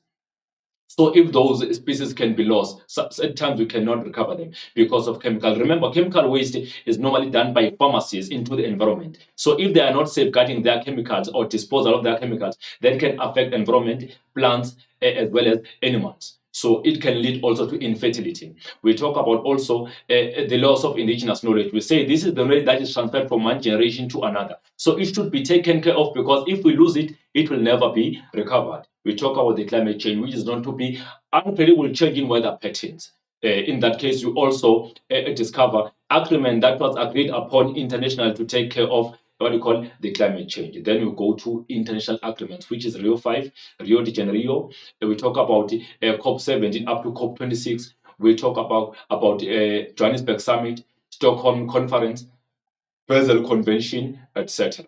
So that's a summary of your theory for what you call for your micro and what you call contemporary economic issues. So here we go. We simply look at this theory very quick. Name any two advantages of perfect market. What is good about perfect market? Lower prices prevail or competitive prices. And then consumers are exposed to freedom of choice. And then also allocative and value efficiencies are achieved under perfect market. And then it promotes high level of innovation and quality of goods and services. Name any two competition bodies in South Africa. So there are three. The Competition Commission, like I mentioned, the Commission Tribunal, as well as the Competition Appeals Court. These are bodies or institutions for competition in South Africa. We continue. Lower order also. We go further. Give two types of barriers to entry that exist under monopoly. So we have natural barriers to entry, which we include in the what we call the economies of scale. We have artificial barriers to entry, which include patents. We continue. Name two types of collusion. We have implicit collusion that can also be known as tacit or hidden collusion. We have explicit collusion that can also be known as an overt collusion. We continue with the lower order, and then give two examples of explicit cost for a firm. We talk about the rent, interest, and the interest as well as wages. We continue. Give any two examples of industries under oligopoly market. We talk about banking industry. and then airline industry. We talk about steel industry. We talk about the automotive or motoring industry. We talk about a cell phone industry, and then we talk about washing powder industry, and then we also have steel industry in there and cement industry. And then we continue with the lower order where you just mentioned give any two effects of minimum wage. If ever there's minimum wage legislated by the government, what is going to happen? Then remember the minimum wage is having some good and bad effects in the economy. Then let's check. Firstly, we have it can lead to oversupply of labor. There will be excess supply for labor or labor surplus in the market. Also, there will be increase in unemployment or retrenchment. Remember, if there's a minimum wage, the labor cost becomes more higher or expensive for business to employ more workers. So they retrench workers. So I mean, firms will be demanding less labor while workers or those that are willing to work will be supplying more labor. So it can lead to retrenchment. And then also it can decrease inequalities positively because as the government legislate minimum wage, people will find themselves protected from being exploited by their employers for paying them lower wages and salaries. And then also decrease what we call labor demand. The firms will be demanding less labor because labor costs become relatively high for them. So they decide to retrench and demand less labor instead of demanding more labor. That's why there will be labor surplus. Give any two examples of industries under monopolistic competition. In that case, we talk about the likes of fast food industry, and then we talk about hairdressing industry, and then we talk about the textile industry, etc. We continue with the lower order also. Okay, this one is coming back. You need to go. We don't have enough time here. Okay, so this one is gone. We continue with the lower order. So give any two examples of consumer inflation. Remember, we have four of them. We have CPI inflation, which has been discussed as inflation that has not been adjusted. It is also known as a headline inflation. We have also CPIX inflation, which has been adjusted because it does not have influence of mortgage bond or interest rate. Then we have also the likes of core inflation, which has been adjusted because it excludes goods with highly volatile prices. And then also we have administered inflation, which is the inflation on goods for which prices are set by the government. Mention any two measures of inflation. Remember, those measures include, they've been discussed before, its indexes, its weighting, as well as the inflation rate. And then we continue. Still is a lower order. Section B. Give any two examples of perfect market. So in there, we talk about foreign exchange market, like I mentioned before. We talk about agricultural produce or industry, and then we talk about Johannesburg Security Exchange. Remember, you know this one better because you even did your research for your term 2 project. And then mention any two revenues that incur in a business. So those revenues include the likes of average revenues, marginal revenues, and total revenues. So we have average revenues. They come in with total revenues and marginal revenues. And then we go further to the next question. This is still the lower order. There is no discussion required here. You just mention. Okay, we go further, still the lower order. Bearing in mind that we don't have time, give any two inefficiencies that occur in the market. In this case, we talk about productive inefficiency, allocative inefficiency, as well as Pareto inefficiency.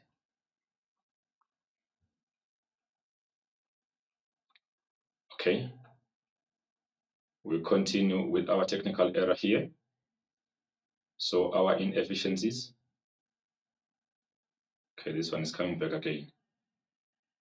Okay, we move it away so that we can be quicker because time is not on our side completely. Inefficiencies have been mentioned. Okay, productive, technical, as well as allocative inefficiency. Then I want us to quickly go to our data response questions as well as our discussion questions. Give any two reasons for conducting cost-benefit analysis in the market. Firstly, to ensure that informed decisions are made before the project is given the green light to continue, to determine if the project is economically worthwhile or not, to see if the project will benefit the economy or not benefit the economy and the society.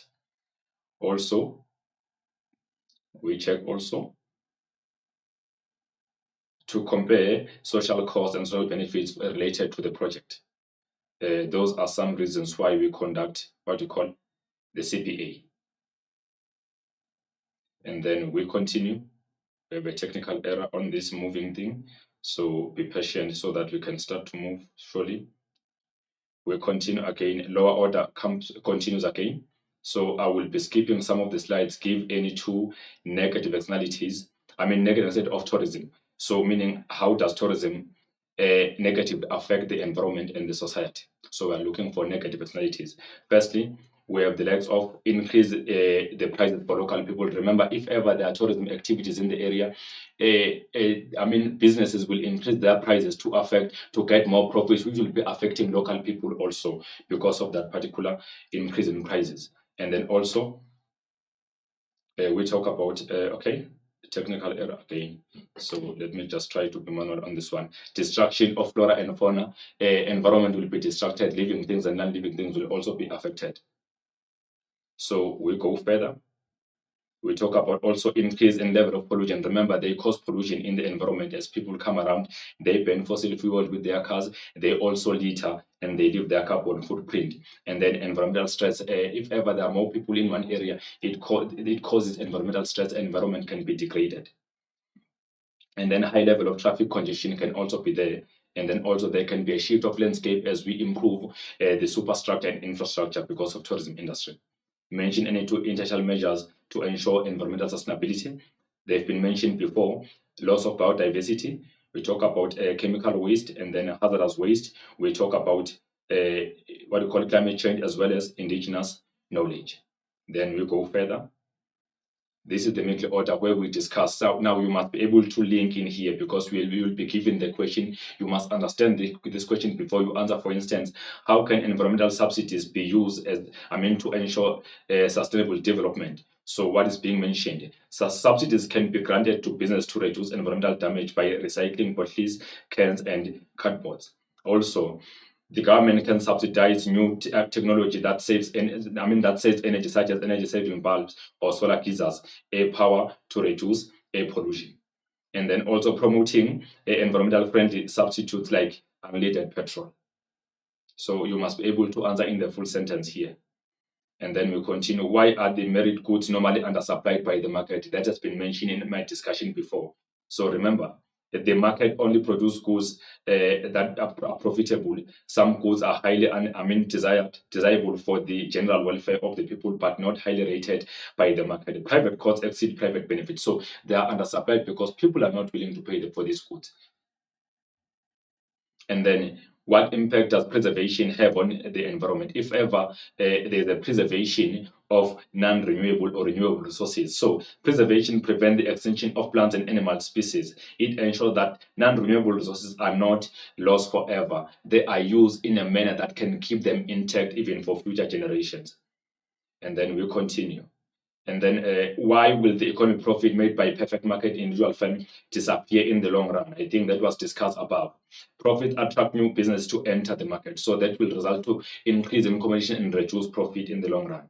Also, increased competition will lead to a decrease in prices, which will reduce profits for existing businesses. Whenever there's much competition, price will be reduced, which will lower profits for businesses.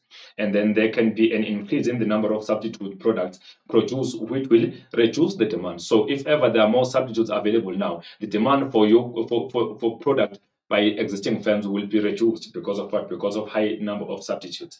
And then this will eventually lead to normal profits by the monopolistic competition or by the perfect market or perfect competitor in the long run. We continue. Why are South African monopolies find it hard to achieve beyond normal profit? We talk about SOEs in this situation. Remember, poor, weak, and corrupt and fraudulent management result to misuse of funds, which can lead to economic loss. Collective goods are priced below the market price, while community goods are free of charge. So that means the SOEs cannot make a profit because whenever the government set prices, it determines price based on social effect, economic effect, as well as political influence. State-owned monopolies are not profit motive. They function to ensure social economic welfare or on behalf of the government. So they will always function and mostly under economic loss or normal profit. Why would a high inflation lead to retrenchment of workers? It was discussed again. High inflation would result to lower production where businesses require less labor. And then also lower demand for goods and services become a disincentive for businesses to produce more, which decrease the demand for labor. We continue with middle order. And then why would the lack of information for entrepreneurs lead to the market failure? Lack of information and the reasons for the market failure. A lack of information regarding cost and availability of the factors of production will result to misallocation of resources, will result in inefficiency production. And then why is international tourism important to South African economy? And then it is important because it earns the country the foreign currency. It is important because it contributes to the gross domestic product of the country. And then it is important because it creates more job opportunities under services sector. And then we continue. How does the unfair income distribution result to market failure if income is unfairly distributed? If income is unfairly distributed, few goods and services are produced for many people, while more goods and services are produced for few people in the economy. And then also in the market, goods are only produced for those who can afford. Those who cannot afford will go without the product. And also because in this situation, those that are not having income will find themselves being compromised on some of the goods and services. How can the appreciation of the South African rand against US dollar affect international tourism? If ever our rand is appreciating, strengthening South African rand can make US dollar more affordable to South Africans. Cheap US dollar can result to more South Africans touring to US. And then also there will be a decline in US tourists to South Africa because of their depreciated currency. And then we continue on the middle order. Why is headline inflation always higher than the core inflation? Remember, headline inflation has not been adjusted. It does have effects of mortgage bond or interest rate, while core inflation has been adjusted. It excludes goods with highly volatile prices such as red meat and food, etc., including the fuel price. So in this situation, we must be able to link data response in no time we are having. In this case, we are given monopolies. So I'm not going to read. Here, slightly, we have what we call the artificial monopoly that is buying out other businesses from the market. Because of time, I'm not reading. We simply look at identify type of monopoly depicted above is artificial or legal or statutory monopoly. What message is reflected on the cartoon above? An actual monopoly buying out competitors from the market. And then briefly describe the term patent as used in economics. It gives an exclusive or legal right to manufacture, to pay the produce of a particular product. How does the slope of the monopoly's demand curve differ from that of the monopolistic competition? Remember, it's been explained that the slope of the demand curve for the monopoly is downward sloping but relatively inelastic because the firm is faced by no competition, while the one for the monopolistic competition is downward sloping with but being relatively elastic because under the market there's a what we call there are perfect substitutes in there. There's high level of competition. We continue with the data response. How do monopolies become disincentive into the economy? Monopolies are protected by barriers to entry which limit market competition, resulting to less productivity and less supply. Monopolies charge relatively high price to keep up with their profit margin, which lowers the aggregate demand in the economy. Less competition caused by barriers to entry that protect monopolies restrict the output and employment opportunities in the economy. Also, with monopolies, that can lead to poor or inferior goods and services being provided into the economy. Then we are given the negative externalities here. So you know that if ever it's negative externalities, your supply is shifting from the higher supply to the lower supply. Maybe it's because of demerit goods or because of the firm that is producing by burning fossil fuels. That will be shifting up the price and reducing the supply of goods and services while the demand remains high. So the demand originally remains here. And then the supply is shifting back. When the supply is decreasing, the supply curve is shifting back in there. And then this area here indicates external cost or social cost. And then we give an example of negative externality: pollution, substance abuse, or traffic congestion. Name the shaded area on the graph above: welfare loss, jailbait loss, external cost, negative externality, or social cost. Briefly describe the term social cost. So social cost is the cost of the society to the society, which includes private cost and external cost, combined cost of goods or services to producers and consumers and the society as a whole. We continue. Explain the lack of information to entrepreneurs as a cause of the market failure. I think this one comes for the second time. Remember, if there is no enough information available in the economy, that results to firms to economic stakeholders not making well-informed decisions. So, incomplete or inaccurate information lead to incorrect decision making about what, for whom, and how to produce. So resources are misallocated and they are wasted. We continue. Why is the incomplete information a major concern in the market? So, principal agent information occurs when one party has more information than another party in the market. These result to price discrimination. So, there must be complete information by all stakeholders. Asymmetric information. Remember, this is information. This is a situation whereby that happens when one party has more information while other party has less information. Has an effect of both allocative and productive inefficiency in the market. Consumers, producers, and workers make uninformed decisions when they don't have complete information about the prevailing market conditions. And then we continue. We are giving inflation here, headline inflation. So remember, the dotted lines indicate what we call the profit, the inflation target of between 3 to 6%. So remember that headline inflation is always high because it's been unadjusted. We also call it CPI inflation. Questions: what do the two dotted lines in the graph indicate? It's inflation target of between 3 to 6%. During which year would the Monetary Policy Committee more likely to increase its repo rate? That is 2016, because inflation rate was above 6%. Briefly describe the term headline inflation.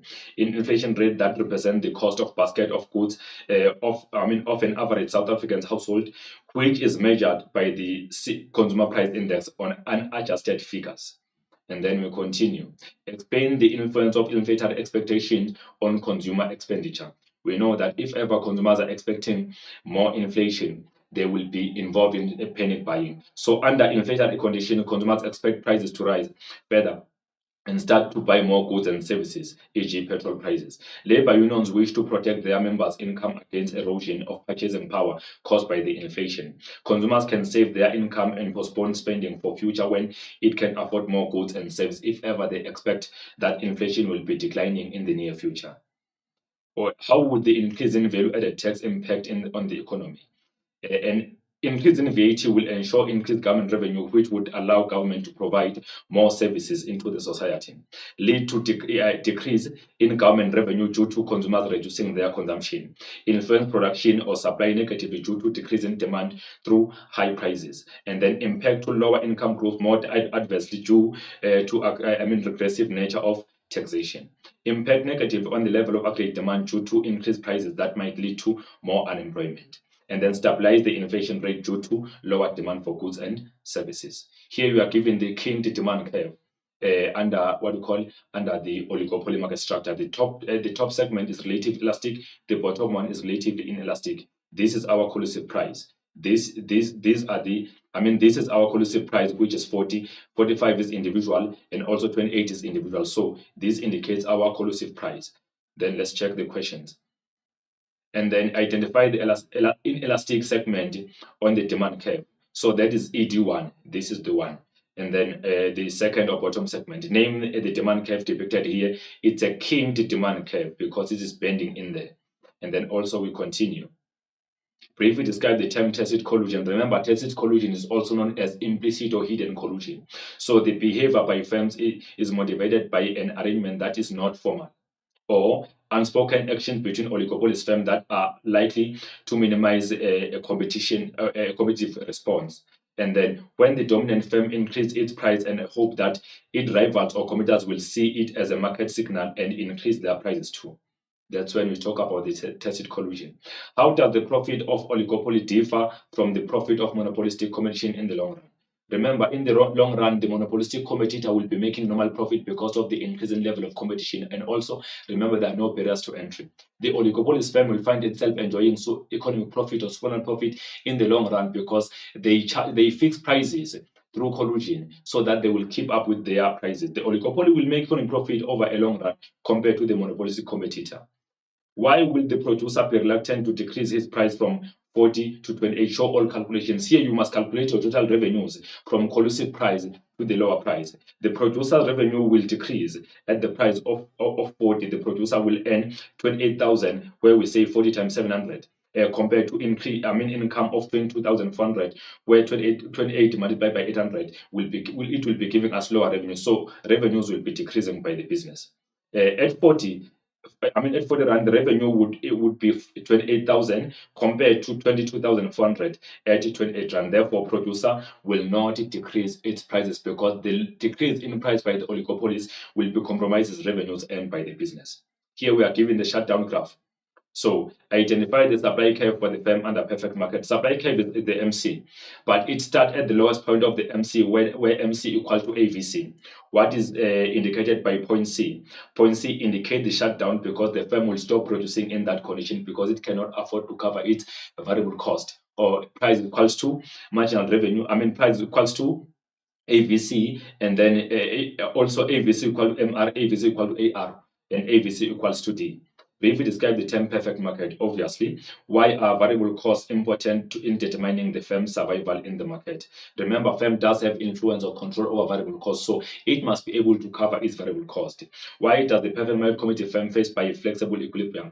This equilibrium point is flexible, can move from lower to high or higher to lower because the firm does not have influence over the price. It depends on the market for the price determination, then it takes the price.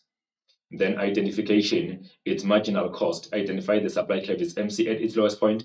What is indicated by point C shutdown? And then briefly describe the term perfect market, the market structure that exists where there are many buyers and sellers with none of them having influence over the price.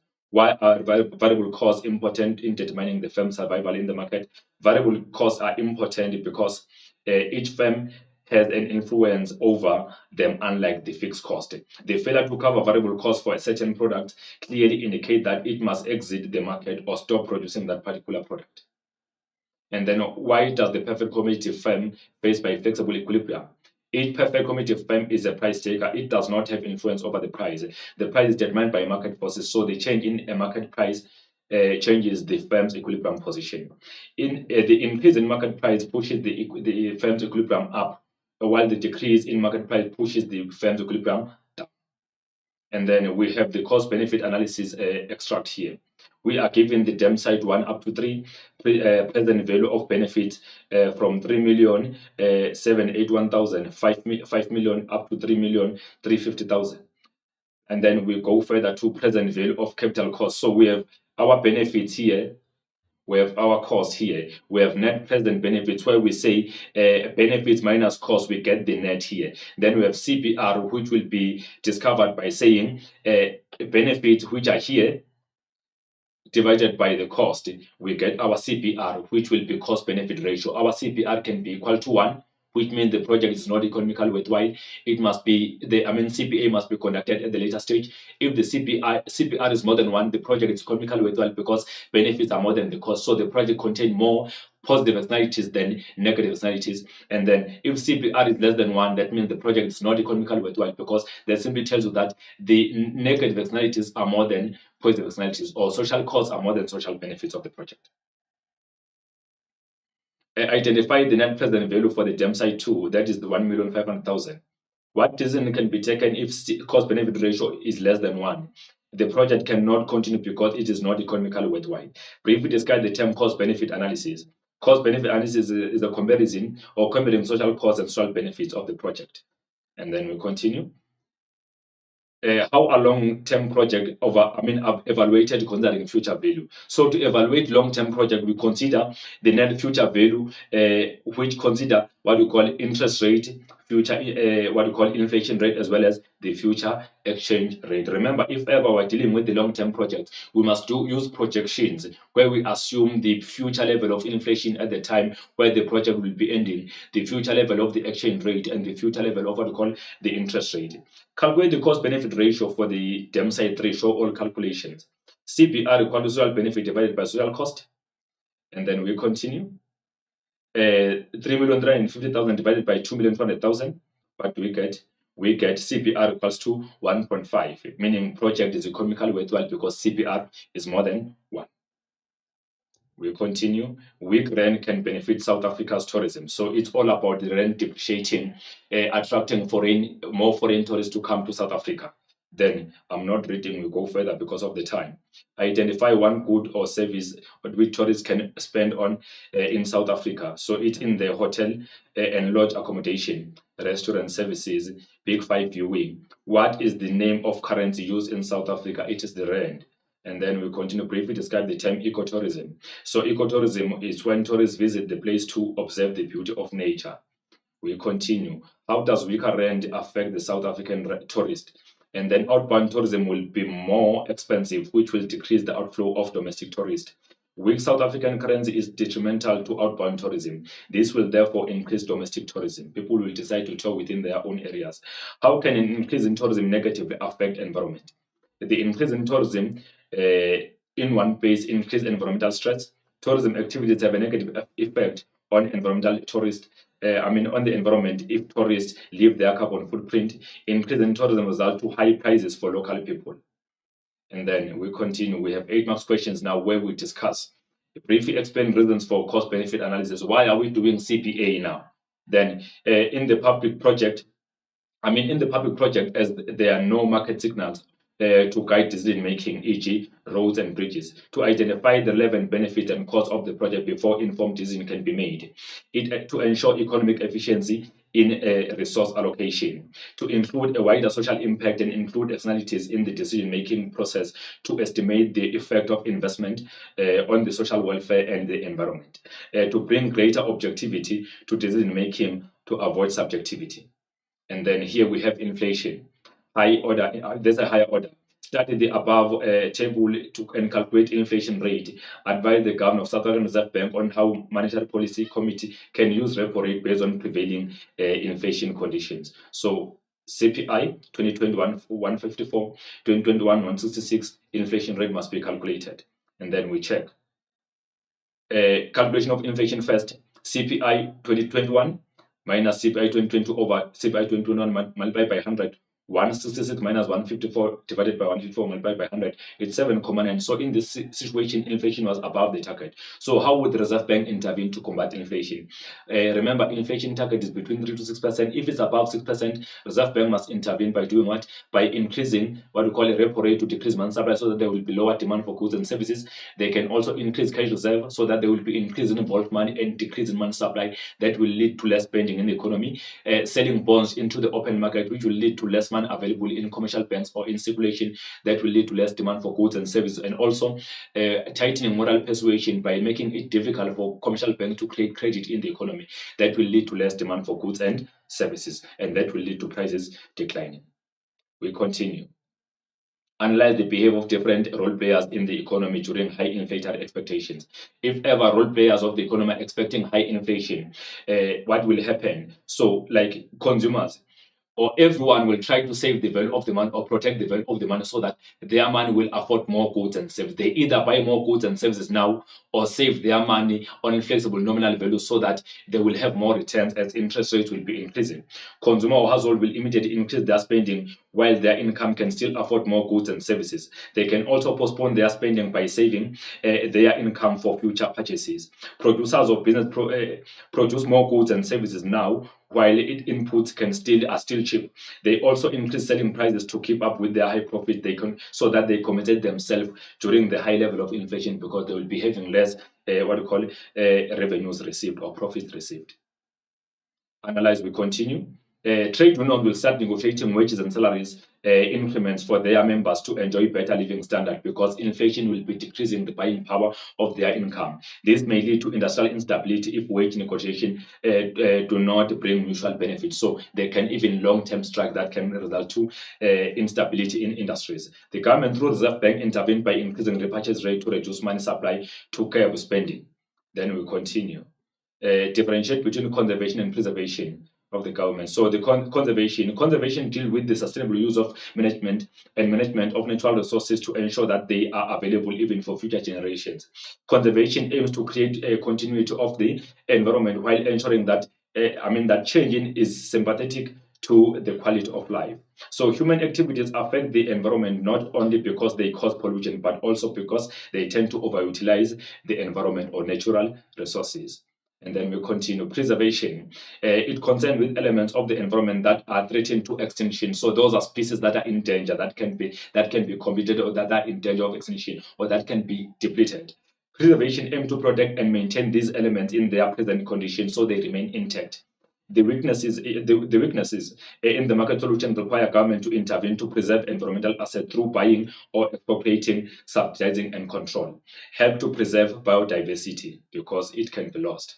And then use the graph of total cost and total revenues to explain profit maximization. This is the graph indicated here. Remember, this graph is when you have your TR indicated and your TC starting from this point going further to that side, and then you say point A here down there, TR equal to TC, that's a normal profit. Point B is also normal profit, but the profit is maximized at the point here where TC is further away from total revenues.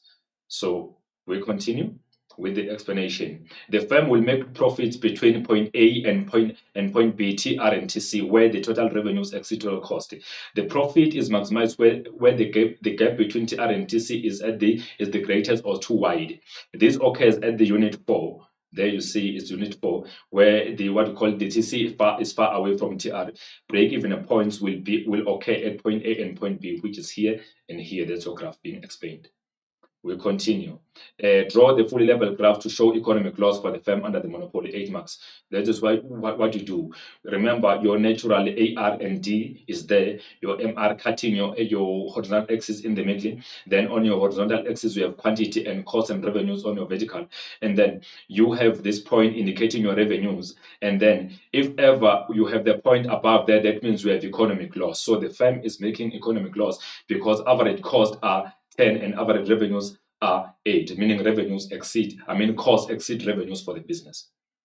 And then with the aid of graph, explain why marginal cost must be equal to marginal revenues for the profit to be maximized. In this case, we talk about the perfect market. This is individual producer. So our MC is upward sloping there. There is MC, and then our MR remain the same as being horizontal. There you see. So the point here means MR equal to MC. That's a profit maximization. Any point below this point that I will label as point A means the firm is making economic profit because MR is more than MC. Any point above the firm is making economic loss. Why? Because MC is above MR. MR is constant here, so MC is above, so the firm makes economic loss. The graph explanation.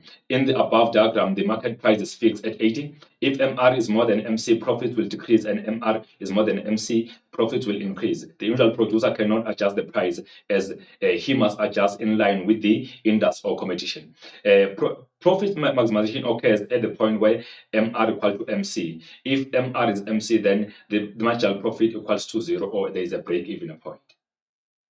And then critically discuss challenges countries face in reducing production of hazardous waste. Okay, I will be very quick. Also, producing goods in modern economies, which economically leads to chemical waste as byproduct. This will mean that hazardous waste could only be reduced in production if production decrease. Exporting hazardous waste to developing countries at a price. This gives them an opportunity to get rid of excess waste because many African countries like Ivory Coast allow this to happen at the benefit of income that they receive. We continue. Increasing economic activities such as manufacturing and agricultural production that exceed the measures used by government to restrict or dispose hazardous waste. Generating hazardous waste is also found in household, although on a much smaller scale, such as leftover paints. And then we continue. Critically, okay, we're still on the same question. A big challenge remains to change the mindset of people by educating households to reduce the usage of product that is regarded as hazardous waste, like e-waste, where computers are sold to developing countries. And then we continue. Differentiate between chemical waste and hazardous waste. I think in that case, I will simply be quick.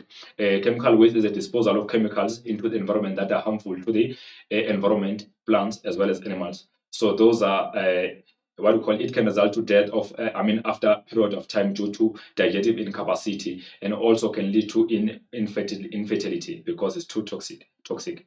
And then we continue. We talk about the hazardous waste, or we continue chemical waste. Production of chemical waste result to chemical waste, and disposing of such chemicals always a problem in the environment. Then the Stockholm Protocol prohibit the 12 of the 30th man-made chemicals, and then also Rotterdam Convention. And then we continue. Still on 8 marks, hazardous waste. This is disposal of solid waste into the environment that take time to decompose. We talk about the waste of bottles, cardboards, and plastic into the environment. It is regarded to be what we call the radioactive material because it doesn't dissolve easy into the environment. Based on convention, allows parties to export hazardous waste that has not been banned its import. And then we continue. Evaluate the success of Community Policy Act of South Africa. So I'll be quick also. It's been very successful because it was able to investigate and found guilty MTN and Vodacom over their anti-competitive prices. DSTV was once found guilty of price fixing and was fined about 180 million rand. And then Tiger Brands was also fined 8 million for collusion with mining industry. South African banks fines for price fixing or collusion. They were also found guilty of fixing the exchange rate. So that's a part of the success. And then we continue. Fruit and vegetable producer fined for price fixing and collusion. Encourage South Africans to participate in world markets and accept foreign competition.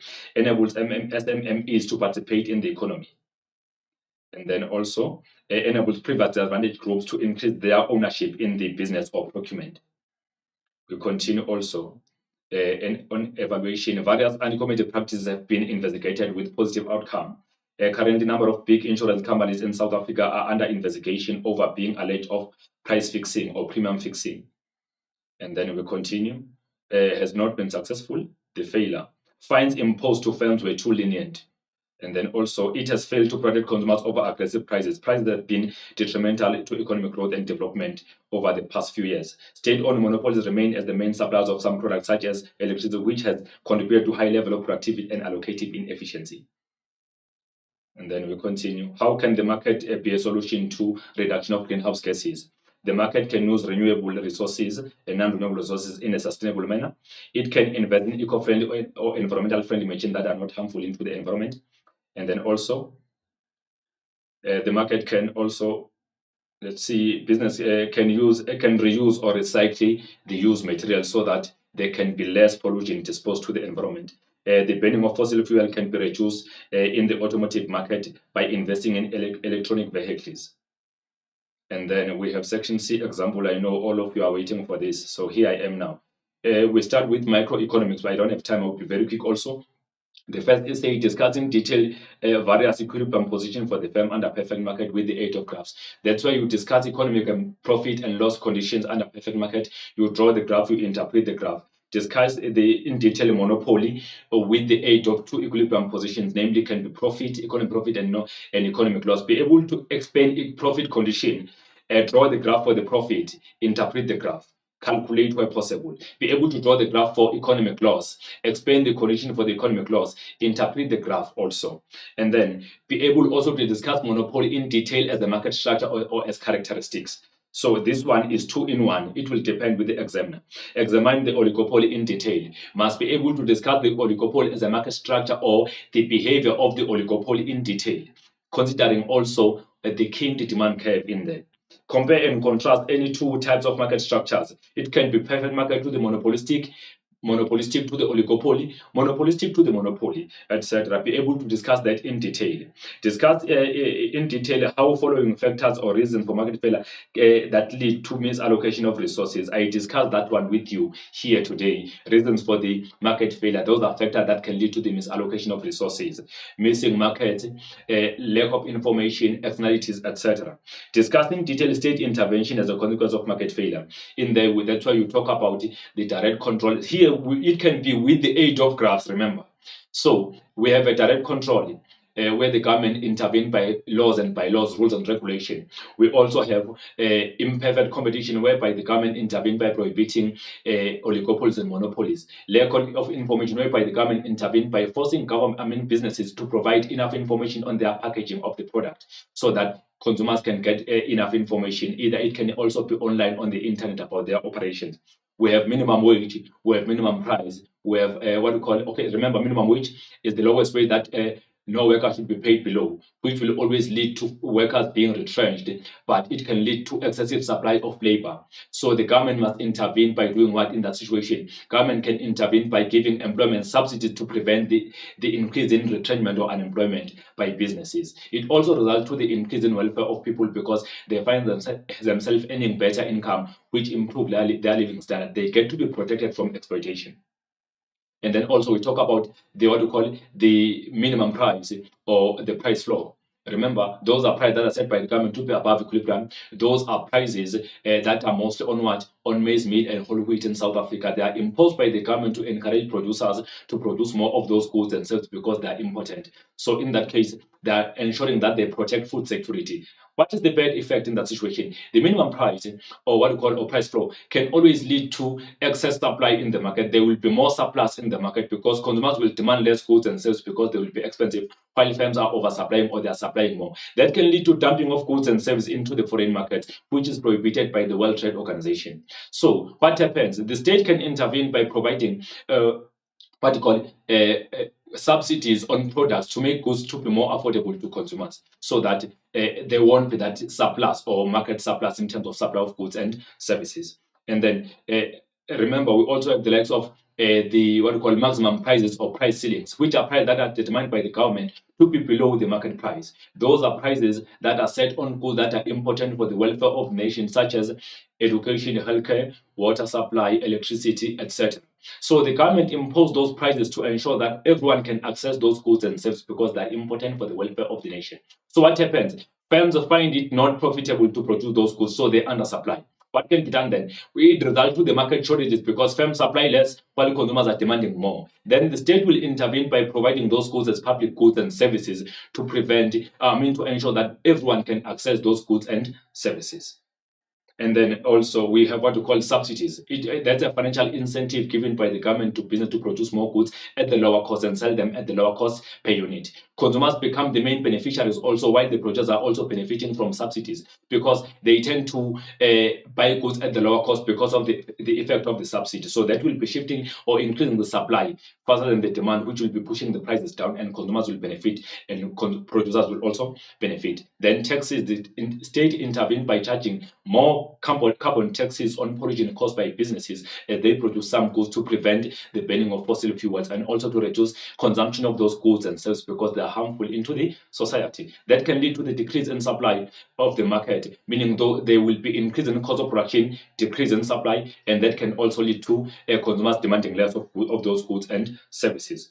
We also talk about the state intervention in production, whereby the state will intervene by producing what you call community goods and collective goods for the society, and also redistribution by the government, where there will be progressive income tax to be given to people so that they will be able to improve living standards.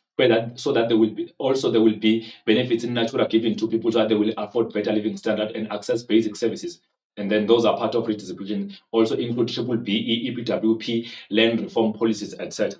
Then we move to economic issues. It says discussing detailed consequences of inflation, it was discussed with you here. And then discussing detailed measures to combat inflation, it will be discussed on the next slide. Examining detailed effects of tourism, and then examining detailed benefits of tourism.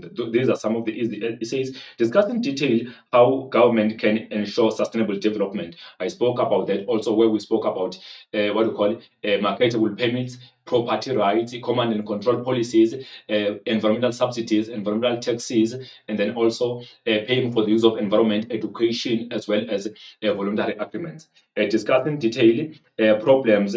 Discussing detail the problems and internal measures taken to ensure environmental sustainability. In that case, we talk about the loss of biodiversity, chemical waste, hazardous waste, a loss of indigenous knowledge, as well as the climate change. It was discussed also in detail. So discussing detailed measures to combat inflation. This is the last part of us here. Evaluate South African inflation target. So what I can say to you, you need to know this. It says all of them. If you want to answer question 5, know all of these 6 essays under question 5 under micro. If you want question 6, know all of them again. So this is just the example of an essay on how you should put it. Remember, I told you before that introduction will worth 2 marks, and then the body main part will worth 26 marks, which will guarantee you introduction, main part, and conclusion 30 marks. Then you also take care of your IMAC, your additional part for 10 marks. So remember, to combat inflation, I'm being quick on this. There is no need for you to read. I'll be talking to you. The state intervenes by implementing restrictive measures. So a central bank can intervene by implementing measures that can decrease money supply. That can be done by lowering repo rate. If the Reserve Bank lower repo rate, that can lead to all other interest rates that are flexible becoming too high for consumers or clients. So there will be lower borrowings and less demand for goods and services. The Reserve Bank can also intervene by increasing cash reserve requirement. By doing so, that will lead to more vault money and less money supply. There will be less credit creation in the economy and less money supply. Then there will be less demand for goods and services. Central bank can also intervene by selling bonds into the open market. By doing so, that will mean commercial banks will be buying bonds from central bank. So they remain with less money supply, which means there will be less credit creation and less demand for goods and services. And then also moral persuasion. Central bank can intervene by instructing commercial bank to be very strict when creating credit because there is too much inflation. That can lead to less demand for goods and services. Because remember, if ever there's more credit creation, that can lead to what? That can lead to people spending money they don't even have. So we go further to other measures that can be implemented by the government. Or we talk about fiscal measures. The state can intervene by decreasing government spending and increasing taxes. Remember, to decrease government spending means the government is postponing existing infrastructural project or cancelling existing infrastructural project so that there will be less money flow and less employment and less demand for goods and services. The state can also intervene by lowering or not adjusting up wages and salaries for its employees so that there will be less disposable income and less demand for goods and services. And then also, the state can intervene by increasing taxes. Look, if the government intervened by increasing VAT, that means goods will appear more expensive in the economy, which will lead to less demand for goods and services. If government intervened by increasing personal income tax, that will mean workers will have less disposable income being earned, and that will lead to what? Less demand for goods and services. Also, if the state intervened by increasing the company tax, business cannot invest further their profits because profits will be declining because of the increase in the company tax. So how can we combat the cost push inflation? Remember, the question you can say discussing detailed measures to combat inflation generally or to combat the cost push inflation. So in that case, you must be very careful because measures to combat cost push inflation, those are measures that will be increasing the supply of goods and services. Increase productivity. Increase factor productivity are the best option to increase the supply in the market. Wage increase need to be accompanied by the productivity increase so that there will be no inflation effect. Human resource development. It forms a very important part of the structural measures to improve supply. If ever people are well trained, they become efficient and produce more goods and services. Improving technology. Technology can increase productivity and aggregate supply to increase pressure on prices. Remember, if ever firms invest on technology or modern technology, technology can produce mass production or large scale production, which can lead to more supply of goods and at the lower prices. And then competition. Increase the level of competition can lead to what? Can lead to competitive prices in the economy. Our goods can also be exposed internationally. So the best method to keep check on profit margins is to ensure competition domestically and internationally. Encouraging competition is one of strategies applied to fight against inflation because its greatest advantage is competitive prices. Less government intervention is the attract foreign direct investments into the economy, which increase the productivity. Import control. Tightened import control negatively impact on the cost of production. And then this decreased competitiveness of businesses is therefore important for the government to reduce or to ease import control in the economy.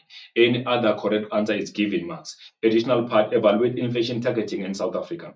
Success factors. It's been able to curb the demand pull inflation by limiting consumption. Inflation target gave confidence to investors as they remain confident that prices will remain stable within the economy. Makes consumers to feel secured about future inflation rate. It reduces economic uncertainties, which create a platform for and sound economic growth. Also create the good environment for investors. Promoting accountability for South African Reserve Bank to ensure that by ensuring that it adjusts interest rate if inflation rate goes below or above the target range. And then failures. Inflation target was introduced to control demand pull inflation rather than the cost push inflation. The cost push inflation is caused by factors that fall outside the control of monetary policy. Prices of key imports cannot be managed by inflation target, and they increase prices of final goods excessively. Inflation target results to economic strain when existing inflation is cost push inflation, because central bank does not use measures relevant to combating cost push, but they demand further the demand pull inflation, which cause what we call the crowding out effect. Any other answer was given 2 marks. And then the conclusion should be the higher order. Monitoring changes in inflation rates is one of the important objectives by the central bank and the government, which protect the purchasing power of money to create good environment for economic activities and social stability. Any other conclusion is accepted. Then this is example of your graph that you must know. Economic laws for the perfect market, be able to draw the graph, explain the condition, interpret. And then economic profit, be able to draw the graph, explain the condition and interpret. And then also normal profit, be able to draw the graph, explain the condition and interpret. And then also market entry of new firms, be able to draw the graph. You can see if ever new firms are entering the market supply increase, but the firm individual firms will be decreasing in terms of profits, and equilibrium position will shift from higher to lower position, you can see here. And then also we continue. The exit of firms, if firms are leaving the market supply will be decreasing from S to S1, which will lead to the market equilibrium increasing from E to E1. That will lead to the firm enjoying economic profit because of less competition. We continue. And then MR and MC profit maximization. This was discussed in the body of the essay, where we said any point along here means break even. MC equal to MR. Any point above is economic loss. Any point below means there's economic profit. And then maximizing TR and TC, profit maximization, it was spoken about also, remember the graph. And then shutdown point, remember how to draw the graph and explain the graph, it was also discussed. And then maximizing total revenues, remember TR will be increasing sharply until it reaches maximum point. From then it will start to be downward sloping if ever it has already been maximized. From this point, TR is maximized at P and Q. So from then it goes down to further to become 0. And then economic loss for the firm under monopoly, you can see this is the graph, be able to draw the graph, explain and interpret. And then also economic profit, do the same, draw the graph, explain and interpret. At the same time, the normal profit, be able to draw the graph, explain and interpret. And then also externalities, these are negative externalities, be able to explain negative externalities for under market failures and be able to interpret data response. And then also positive externalities, be able to draw the graph, explain, and give the theoretical perspective of positive externalities. And then production possibility curve. Remember, any point inside the PPC is allocative and productive inefficiency. Any point along the point where the PPC is touched by interference curve, which is FF, is both allocative and productive efficiency. Point outside is not attainable because the firm does not have enough resources to produce at point E. And then we continue. Demand pull inflation graph, be able to draw the graph that indicate demand pull inflation. That is when the aggregate demand increases further than aggregate supply under inflation. And then also be able to draw the graph that indicates the cost push inflation. This is the graph where the supply decreases from AS to AS1. Then that is giving us the cost push inflation. And then also be able to explain the graph. And then after, I thank you, and I believe this lesson will have a greater impact for your revision and preparation for tomorrow. All the best. I will meet you when we prepare for our final exam, which is just around the corner. We have a few days remaining. I thank you.